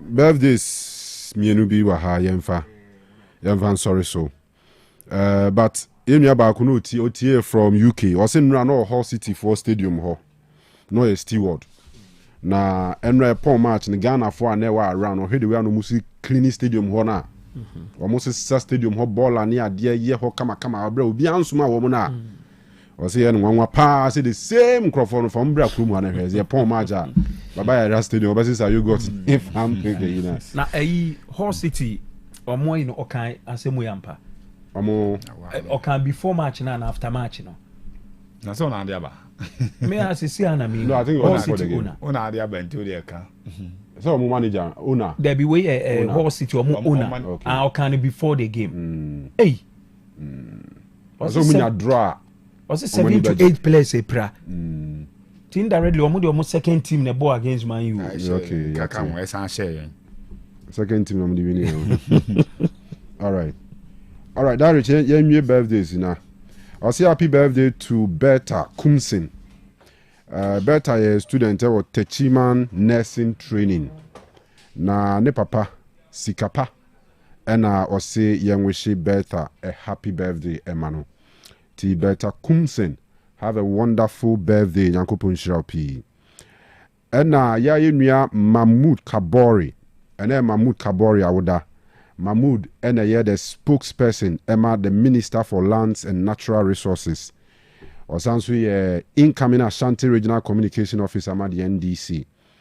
And then awuda from Evans Ejesi Kapo for Otec FM. And Benjamin Owusu Ansa, aka Big Ben. And then, of course, myself, Miangasa, because Mahmoud was a nice gentleman, very, very, very hardworking guy. And I wish him all the best. I wish him a very special happy birthday, big man. I mean, Shrao. Na Oma Wanamuntu Nina so Emi Peye Emma. Happy birthday to Ya Pokuya Nigel, on the CEO of 23 Vogue of Dansoman Trust Clinic. Na Isco, NSA, young wishing no happy birthday in tea. Sister ya Yankopon Shira na oma birthday mu nshira nyina birthday mu anije ene adodode o birthday mu nyina no o ma ne so of course but my mentia my senior brother friend no Michael Ajimendua ADM and we be a friend why a big Kotoko supporter Kotoko ndi wedi achira chepa and now used to Kumasi campus and soon to be sworn in electoral commissioner on the Bay Electoral Commissioner for the next academic year. Who say we need more Poasempa. Say dinner by the Crano or bound chamber chair or Ibia Wajon and Uncle. Oh, okay. Idiom. All right. And one manage my vice and a mammy cracker or boy film now. And we are common on the DD delegation, dear Coy. To my mention idiom. Or issue no from ADM campus. Yeah. ADM. Michael Ajmedia. Another Ajmedia Michael ADM. Oba Sumonma about the Department of Massa.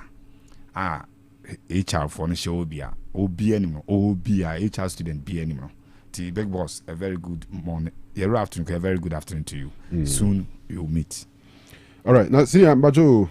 Verse now. Already when you read from Proverbs chapter 22, verse 27.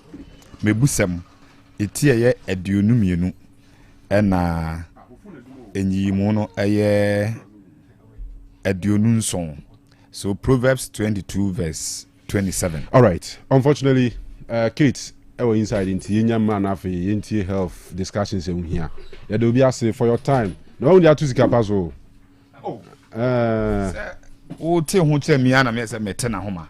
May far phone animals or no Cassan so happy in your man. I come for Viano for the Omo, 1 week after marriage, pa 1 week after marriage. Aye, now you both out care moon 1 week anniversary. Every key into your car. White door no cry no so your charge of cost apart from glass door no to tape you vital nyama bia ni nyama bia wo no ma say na no to kwa na ya hand sika kan ho ni ade nyina om de ko ya pa but nipa ayo mu di say adwuma no so no o nhye da hunu de e prompt sa de no but mamenes un say ya keka fu na keka madam pan to what ya da mame kama se nyansa no aka o de ya say ya keka fu na keka madam pan enti what ya ka o siri ya keka kona ebe bo abobo ano oh David na nzo wabo David na say betu sika pa no mum cost na aba no so no na me ka say ebe bo abobo ano na say mami ke ma nana ti mami ke ne nana ni mami ke PSC sika pa PSC ye me nana aha he nana ti ne nana no ti atu sika pa o se me nana so tena kan ni mu oh no ti o se kan ni de mani si ni dadem nana so tie nyom ti o se kan ni de ye mani si ni dadem e move bi be move but oni nye ya why no ma be on Facebook see ana me hunu me do ana chairman the bomb so na so was that similar to na to me pen but the mama dey even more surprising is the media inside gated house nipa be brain na Kofi dey na outside no Kofi la bi dey no obi bi atunda sure who revi Kofi dey no kwa dey so waja ne ka so Kofi battery no the complex na main entrance to the complex now as a can say estate odu on ato gate to park your gate na no kofa small gate na bebie main gate okofa oba na moto battery no ko wow yeah here video no e do 5 minutes oh me say ni pa ko me ni use nti oho no so tim betu ko oho no betu no de ko na ni so akopɛ wo fro oh but yeah I say yes but oh yeah sure it's serious and it's sad you don't know you say you need two batteries na for that moment no can would mean to so the koto battery this is offer kwan be so for ko battery for be sika no na I sell plans na yeah I've been told that sometimes you sit down and ask yourself say nti time mo you operation nipa be obi ante but because ojo operation no me as well on be wide door yes gated community gated area gated house we jump wall no they say tia keke and the way I feel one cry city and just say we so be fear no we try fear be for so on be you dey your mon ben say nti me huri tisim kain and me no obi say na say we are no match sika almost say bra no na dwen say owo nkwan we are say we atwa sika so pa bra wow we list mistake or be finish o boys omo dangerous na me so asema me bisa say ohwe kwan omo fa so omo yi omo nieme ya e kire say omo was skills bi omo yes smart bi yeah sa ade no mo use sa ade no nya bi positively omo fa nya de pa ya wo mo confidence ni de kro no pa ni ade bo sa them na be positive na no mo tie de na say scan DK about Kofi Labi de na show within just 5 minutes we see or kofa gate kitwenim na we de abie kese na we say to car na rem within a twinkle of an eye what me your operation a pager bonnet a battery a pager car battery. Hey, wow. Say do musi ya smart pa we dia ko mu de bibi pa kam yi dis o my Ghana kra betimi akọ nanim more. Da be o masa no won adwen papa nyom ti.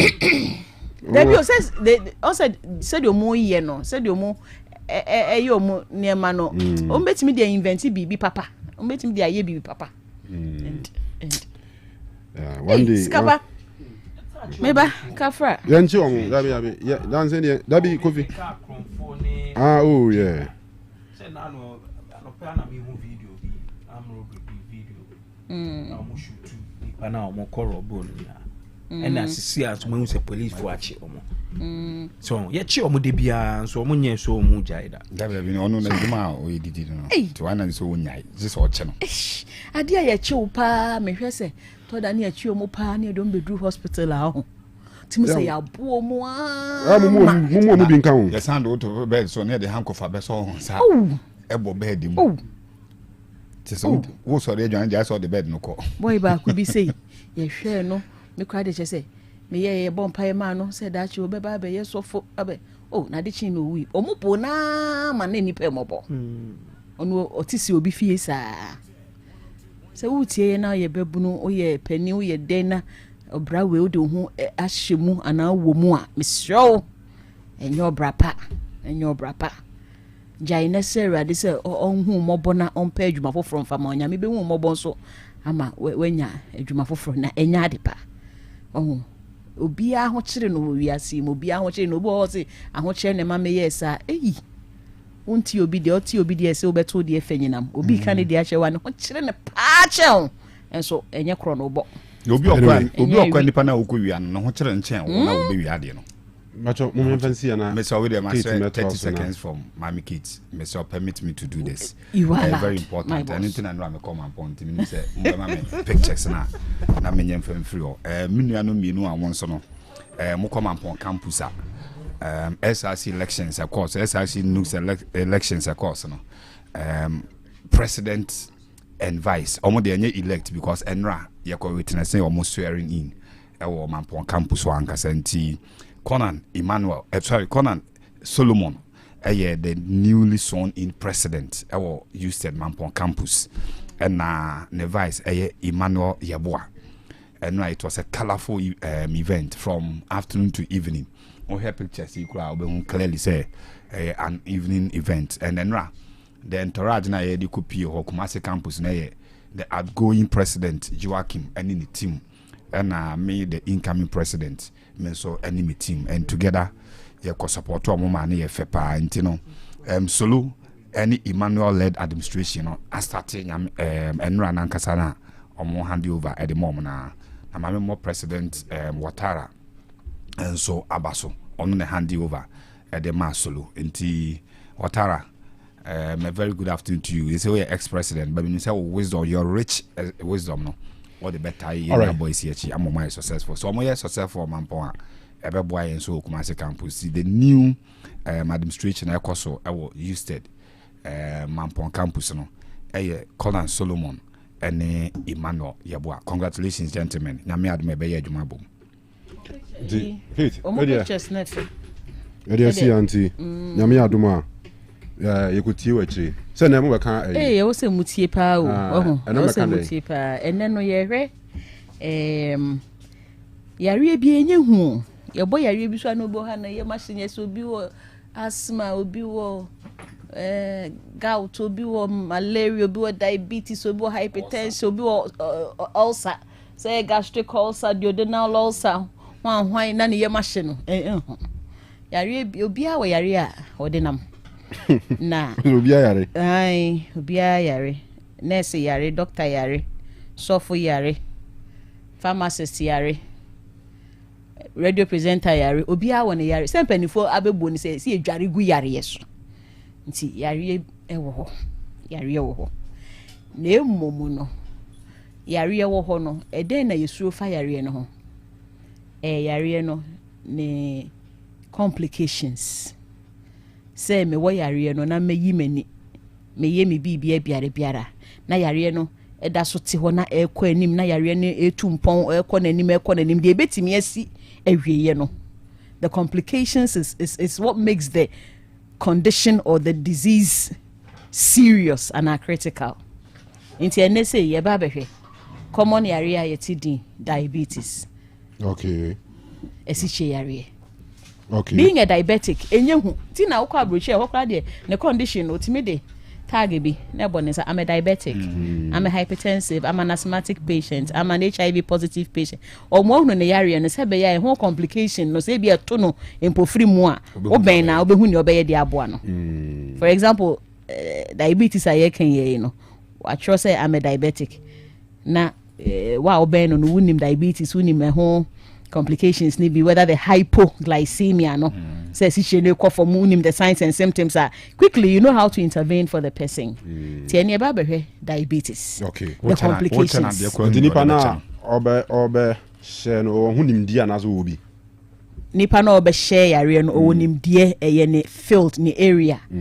Na ama ye public no yenso ya be enlightened more. Enti enya just for obi a owo esiche yare enti na ye treaty topic. Wow, also ni esiche yare. Probably you have somebody, a friend, a brother, a husband, a wife, a sister who is a diabetic. Yeah. Na wabwe nipa no to live with the condition as simple as possible. And na say one so no o lifestyle being kofa yare no family. Ye person stop and ye man except na ba the complications of the disease.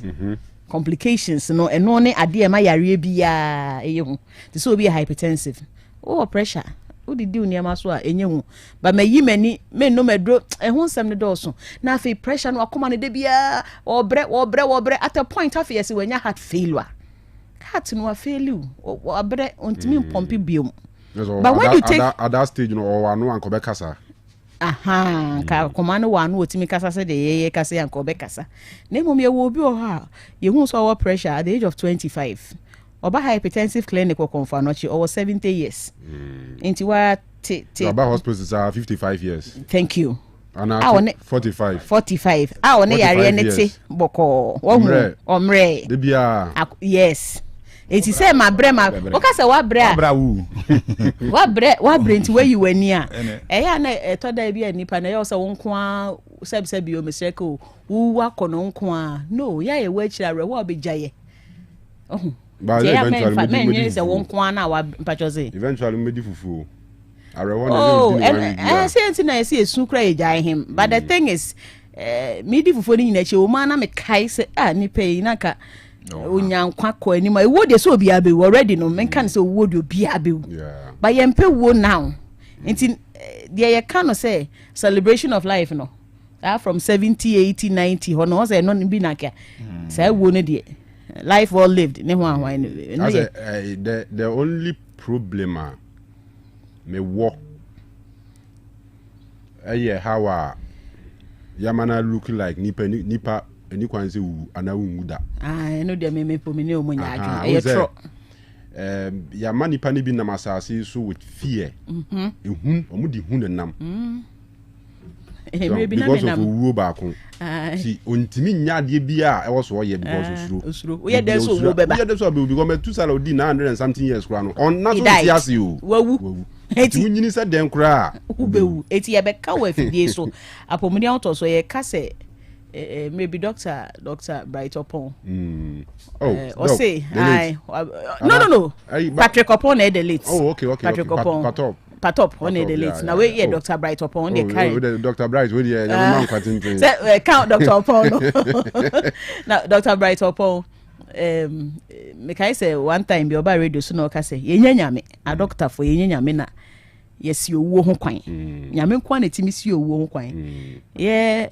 Health workers ye de say yes nyame na ye tu owo na hyeda nti ye try na ye tu owo na ko hye ye mbre wa mo challenge nyame aha da bi nyame na aboaye ama ye saa nimde na ye de etimi atu owuo na hye ye nkokora bom ye mere wabom say ne nyame na ama nimde no research na mo hu say nyame na obefa na ade na mu jenipa no mfa dia da bi enye ni na ya nyame fro because nyame say wow ye health worker wakosua bibi say nipa no bibi say na ha na ye ni say na emfa ne nkwa anim say te say atade ehyewe nyame na ama obi nimde a odi apam odi akata wadeja so eti health worker no so nyame na ama nimde na me hu say obi aba o chekere ne nsa ne pressure na yesi 200 120 fa edrowe ye ni say fa ma no na hwese ebeba fom kakra so no sa research na yakohwe hu no nyame na ede bae enye nipa ntimi nye ti Dr. Pon Bright Opon o si enye nyame na yesi owo ho kwan